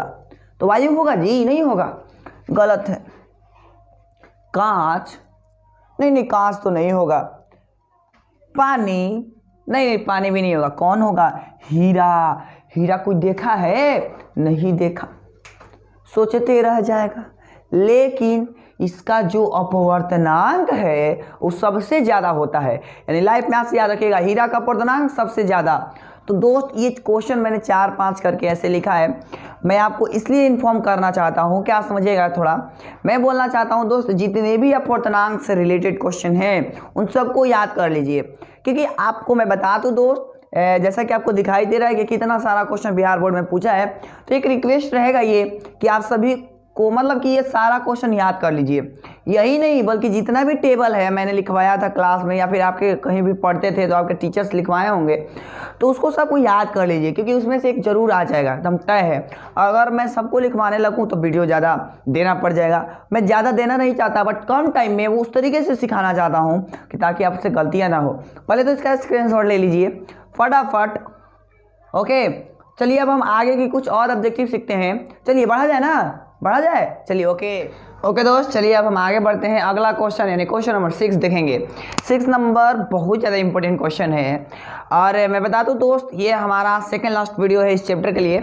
इसके बाद और एक वीडियो दूंगा जो कि न्यूमेरिकल बेस्ड होगा, ठीक है, क्योंकि आपको पता है एग्जाम में ऑब्जेक्टिव में न्यूमेरिकल्स भी आते हैं, इसलिए हम ऑब्जेक्टिव का मतलब न्यूमेरिकल्स भी कुछ दूंगा नेक्स्ट वीडियो में। लेकिन यहाँ ये सेकंड लास्ट वीडियो है, इसके बाद हम लोग केमिस्ट्री का फर्स्ट चैप्टर स्टार्ट करेंगे ऑब्जेक्टिव, ठीक है। इसलिए ज़्यादा से ज़्यादा वीडियो को शेयर कीजिए अपने दोस्तों के पास, ठीक है ना। चलिए आप बढ़ते हैं क्वेश्चन नंबर 6 में क्या बोला है? डायोप्टर क्या होता है पता है ना?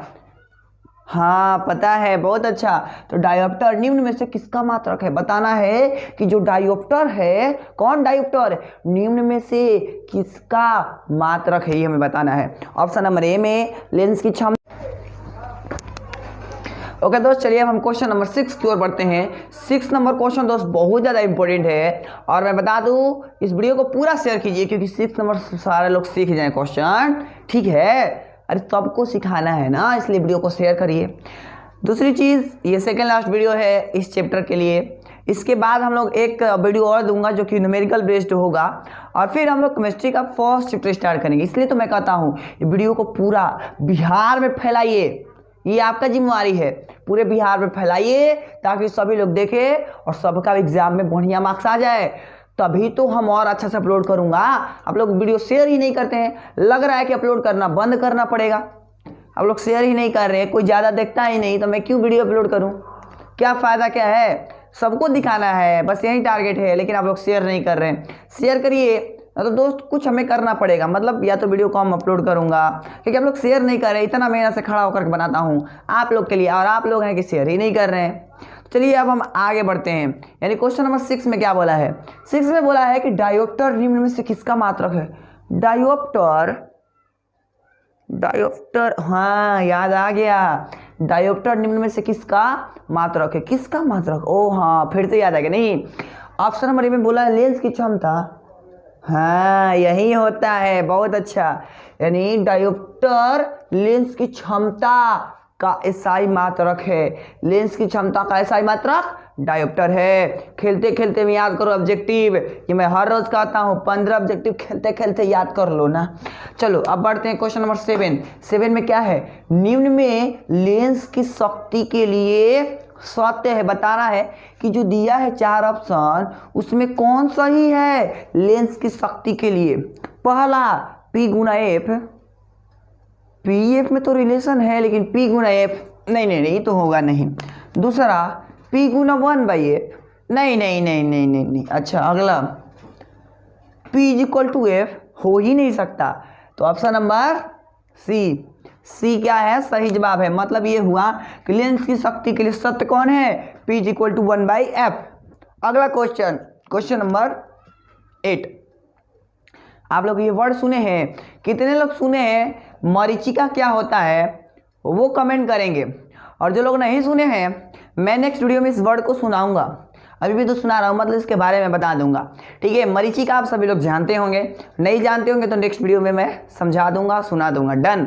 चलिए अब हम समझते हैं। पहले नंबर तो मरीचिका किसके कारण होता है? क्वेश्चन में बोला है मरीचिका के निर्माण का मूल कारण होता है। मरीचिका के निर्माण का मूल कारण क्या है? यानी मरीचिका किसके कारण बनता है? ऑप्शन नंबर ए अपवर्तन नहीं, इसमें अपवर्तन का हिस्सा होता है बट अपवर्तन नहीं, परावर्तन एकदम नहीं। सी नंबर पूर्ण आंतरिक परावर्तन। ऑप्शन नंबर डी नो, हाँ बहुत अच्छा, पूर्ण आंतरिक परावर्तन सही जवाब है। यानी याद से याद रखिएगा, मृग मरीचिका के निर्माण का मूल कारण पूर्ण आंतरिक परावर्तन है। पूर्ण आंतरिक परावर्तन है। अगला क्वेश्चन जो कि बहुत ज़्यादा इंपॉर्टेंट है, इसको गौर से देखिएगा, समझते हैं। क्या बोला है? पानी में प्रकाश का वेग cw है। मान लेते हैं एक पानी ले लिया कहीं पर, ऐसे पानी में प्रकाश के वेग को चलाया, तो हमने ये देखा उसका वेग cw है। मतलब मान लिया कि प्रकाश का वेग जो है c, पानी में cw है ना। ओके आगे, कांच में cg है। c मतलब प्रकाश का वेग को संकेत करते हैं, और g मतलब ग्लास, यानी ग्लास में प्रकाश की चाल g है। तो बताना है कि निम्न में से कौन सही है, सही कौन है बताना है। तो एक ऑप्शन नंबर डी पर आते। पहले ऑप्शन नंबर डी नहीं होगा। क्यों नहीं होगा मैं समझाता हूं आपको। याद रखिएगा दोस्त, कभी भी ऐसा नहीं हो सकता कि प्रकाश, ये जो पानी का वेग है वो ये बोल सकते हैं कि इसका वेग से 2 गुना हो जाए, ऐसा संभव नहीं है। दोनों मतलब एक दूसरे के 2 गुना कभी नहीं होता है, थोड़ा आसपास में ही सारा का सारा होता है। आप पढ़े होंगे निर्वात में प्रकाश की चाल, हीरा में प्रकाश की चाल, न्यूमेरिकल बहुत सारा पढ़े होंगे, और अगर नहीं पढ़े हैं तो कल मैं कुछ न्यूमेरिकल कराऊंगा इस पर बेस्ड। ओके, इसलिए ऑप्शन नंबर डी तो होगा नहीं। सी नंबर नहीं हो सकता। सी नंबर भी गलत है। बी नंबर बराबर तो होता ही नहीं है। बराबर कोई है क्या? बोलिए ना। बराबर अब आज तक कितना दिनों से पढ़ते आ रहे हैं, क्या कभी बराबर मिला है? आंसर है नो। तो ये भी नहीं होगा। बचा कौन? ऑप्शन नंबर ए। यानी आज से याद रखिएगा क्या कि पानी में प्रकाश का वेग अगर CW है और कांच में प्रकाश का वेग अगर CG है तो CW ग्रेटर देन CG होता है, यानी किसका वेग ज़्यादा होगा? देखिए CW है ना, CW ग्रेटर देन CG, यानी CW का वेग CG से बड़ा है, यानी अधिक है। क्लियर है? यानी ऑप्शन नंबर ए सही जवाब। ऑप्शन। अब क्वेश्चन नंबर 10 की ओर बढ़ते हैं। 10 में क्या बोला कि निम्न में से किस लेंस की क्षमता धनात्मक होती है? यानी वह लेंस का नाम बताना है जिसकी क्षमता धनात्मक होती है। अवतल, अवतल नहीं, अवतल नहीं होगा। दोनों नहीं, दोनों नहीं होगा। D, none of these. सोचना पड़ेगा। नहीं, कौन होगा भाइयों, ये बताना है। हाँ, याद आ गया। यानी वह लेंस का नाम क्या है? तो वह लेंस का नाम उत्तल लेंस है जिसकी क्षमता धनात्मक होती है। क्यों होती है? क्योंकि इसकी फोकस दूरी धनात्मक होती है, और अगर फोकस दूरी धनात्मक होगी तो इसकी क्षमता भी धनात्मक होगी, एकदम तय है। और किसी को भी इतना सा डाउट होता है, इतना सा भी कमेंट कर दिया करो, ये समझ नहीं आता, थोड़ा धीरे बोलिए, जो भी बोलना है, जो भी प्रॉब्लम है तुरंत कमेंट करो। और इसको पहले मतलब स्क्रीनशॉट ले लीजिए फटाफट, फिर हम आगे बात करेंगे। पहले स्क्रीनशॉट ले लीजिए।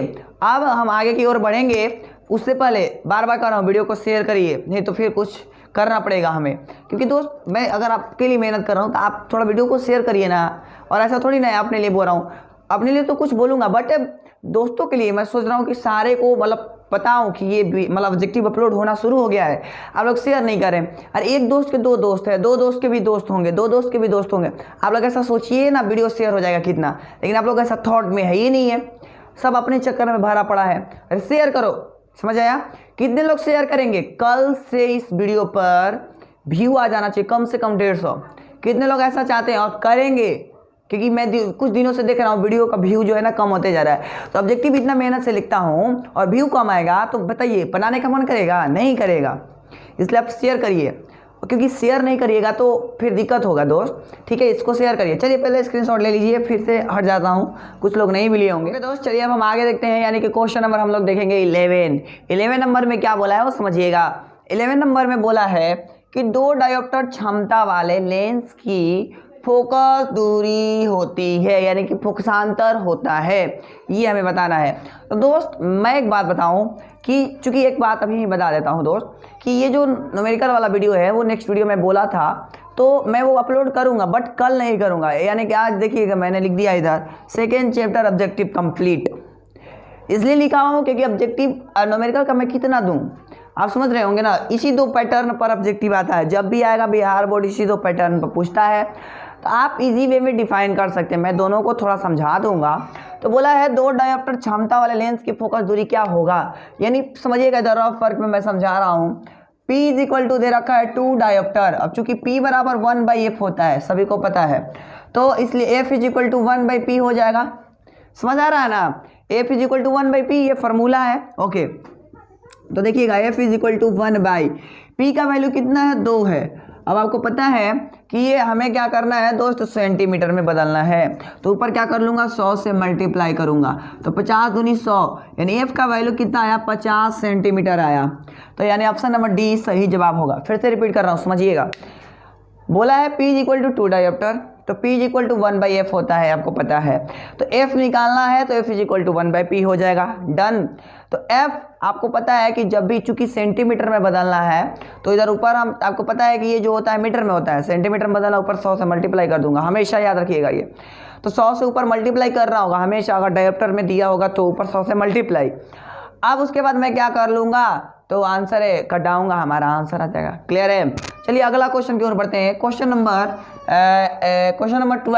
12 में बोला है कि मान लीजिए फोकस दूरी दे रखा है +10 सेंटीमीटर, तो बताना है कि वह लेंस कौन होगा जिसका जो फोकस दूरी है धनात्मक होता है। ये इस तरीके से भी क्वेश्चन पूछ सकता है, इसलिए तो मैं कहता हूँ हर एंगल से परफेक्ट बनाना है, बट आप लोग थोड़ा शेयर कर दीजिए। तो यानी कि ऑप्शन नंबर ए हो जाएगा, क्योंकि उत्तल लेंस की फोकस दूरी धनात्मक होती है, यानी ऑप्शन नंबर ए। अगला क्वेश्चन, यदि फोकस दूरी -20 सेंटीमीटर है तो लेंस कौन सा होगा? उसके उल्टा, अगर वो उत्तल है तो यह अवतल होगा। क्लियर है? क्योंकि अवतल लेंस की फोकस दूरी ऋणात्मक होती है, इसलिए ऑप्शन नंबर कौन है? ऑप्शन नंबर ए सही जवाब होगा। अगला question, question number 14 20 centimetre focus दूरी वाले लेंस की क्षमता होगी, हमें बताना है। ये तो हो गया होगा। तो 20 सेंटीमीटर फोकस दूरी वाले लेंस की क्षमता बताना है, यानी f इजिकल टू 20 सेंटीमीटर है, p निकालना है, तो p इजिकल टू 1/f। तो f के जगह पर है 20, f के जगह पर है 20 और हमें क्या करना है, तो हमें बताना है ये, तो हमें 100 से ऊपर भी फिर से मल्टीप्लाई, तो हमारा हो जाएगा 5 डायोप्टर, यानी ऑप्शन नंबर ए सही जवाब होगा इसका। तो उम्मीद है आपको इतना समझ आया होगा। पहले तो कॉपी कर लीजिए, फिर आपको कुछ बातें बताऊंगा। ओके, तो उम्मीद है आप स्क्रीनशॉट ले चुके होंगे और यहाँ पर सेकंड चैप्टर का ऑब्जेक्टिव भी कंप्लीट हो गया। तो सभी लोग डिमांड कर रहे हैं कि हाँ ये ऑब्जेक्टिव दीजिए, ये वो ऑब्जेक्टिव दीजिए, तो थोड़ा शेयर भी कर दीजिए, मेरा यही डिमांड है। दूसरी चीज़ दोस्त, हम कल से स्टार्ट करेंगे केमिस्ट्री का पहला चैप्टर, ठीक है, उसको हम लोग स्टार्ट करेंगे, उसका ऑब्जेक्टिव सीखेंगे और वो ऑब्जेक्टिव बहुत वीवीआई होगा, जैसा कि इसमें हमने किया वैसे तरीके से उसमें भी करेंगे। फिर मैथमेटिक्स, हाँ एक शर्त है, नेक्स्ट वीडियो पर यानी कि इस वीडियो पर और कोई भी सारा वीडियो पर हमेशा 150 व्यू, कम से कम 150 व्यक्ति के पास शेयर करिए सभी लोग, क्योंकि दोस्त का दोस्त है, दोस्त का दोस्त है, आप लोग शेयर करिएगा तो हो जाएगा। एक बार ठानिए तो सही, और नहीं ठानिएगा तो मुझे भी ठानना पड़ेगा कि वीडियो कम अपलोड करना पड़ेगा बस, क्योंकि मेरे को मेहनत करना पड़ रहा है और आप लोग शेयर नहीं कर रहे हैं। तो ठीक है, हम आज के लिए इतना ही रखेंगे। तो दोस्त अगर आपको ये वीडियो अच्छा लगे तो इसको लाइक कीजिए, कमेंट कीजिए और दोस्तों को शेयर कर दीजिए। मिलते हैं नए वीडियो में, तब तक के लिए जय Hind and thanks for watching.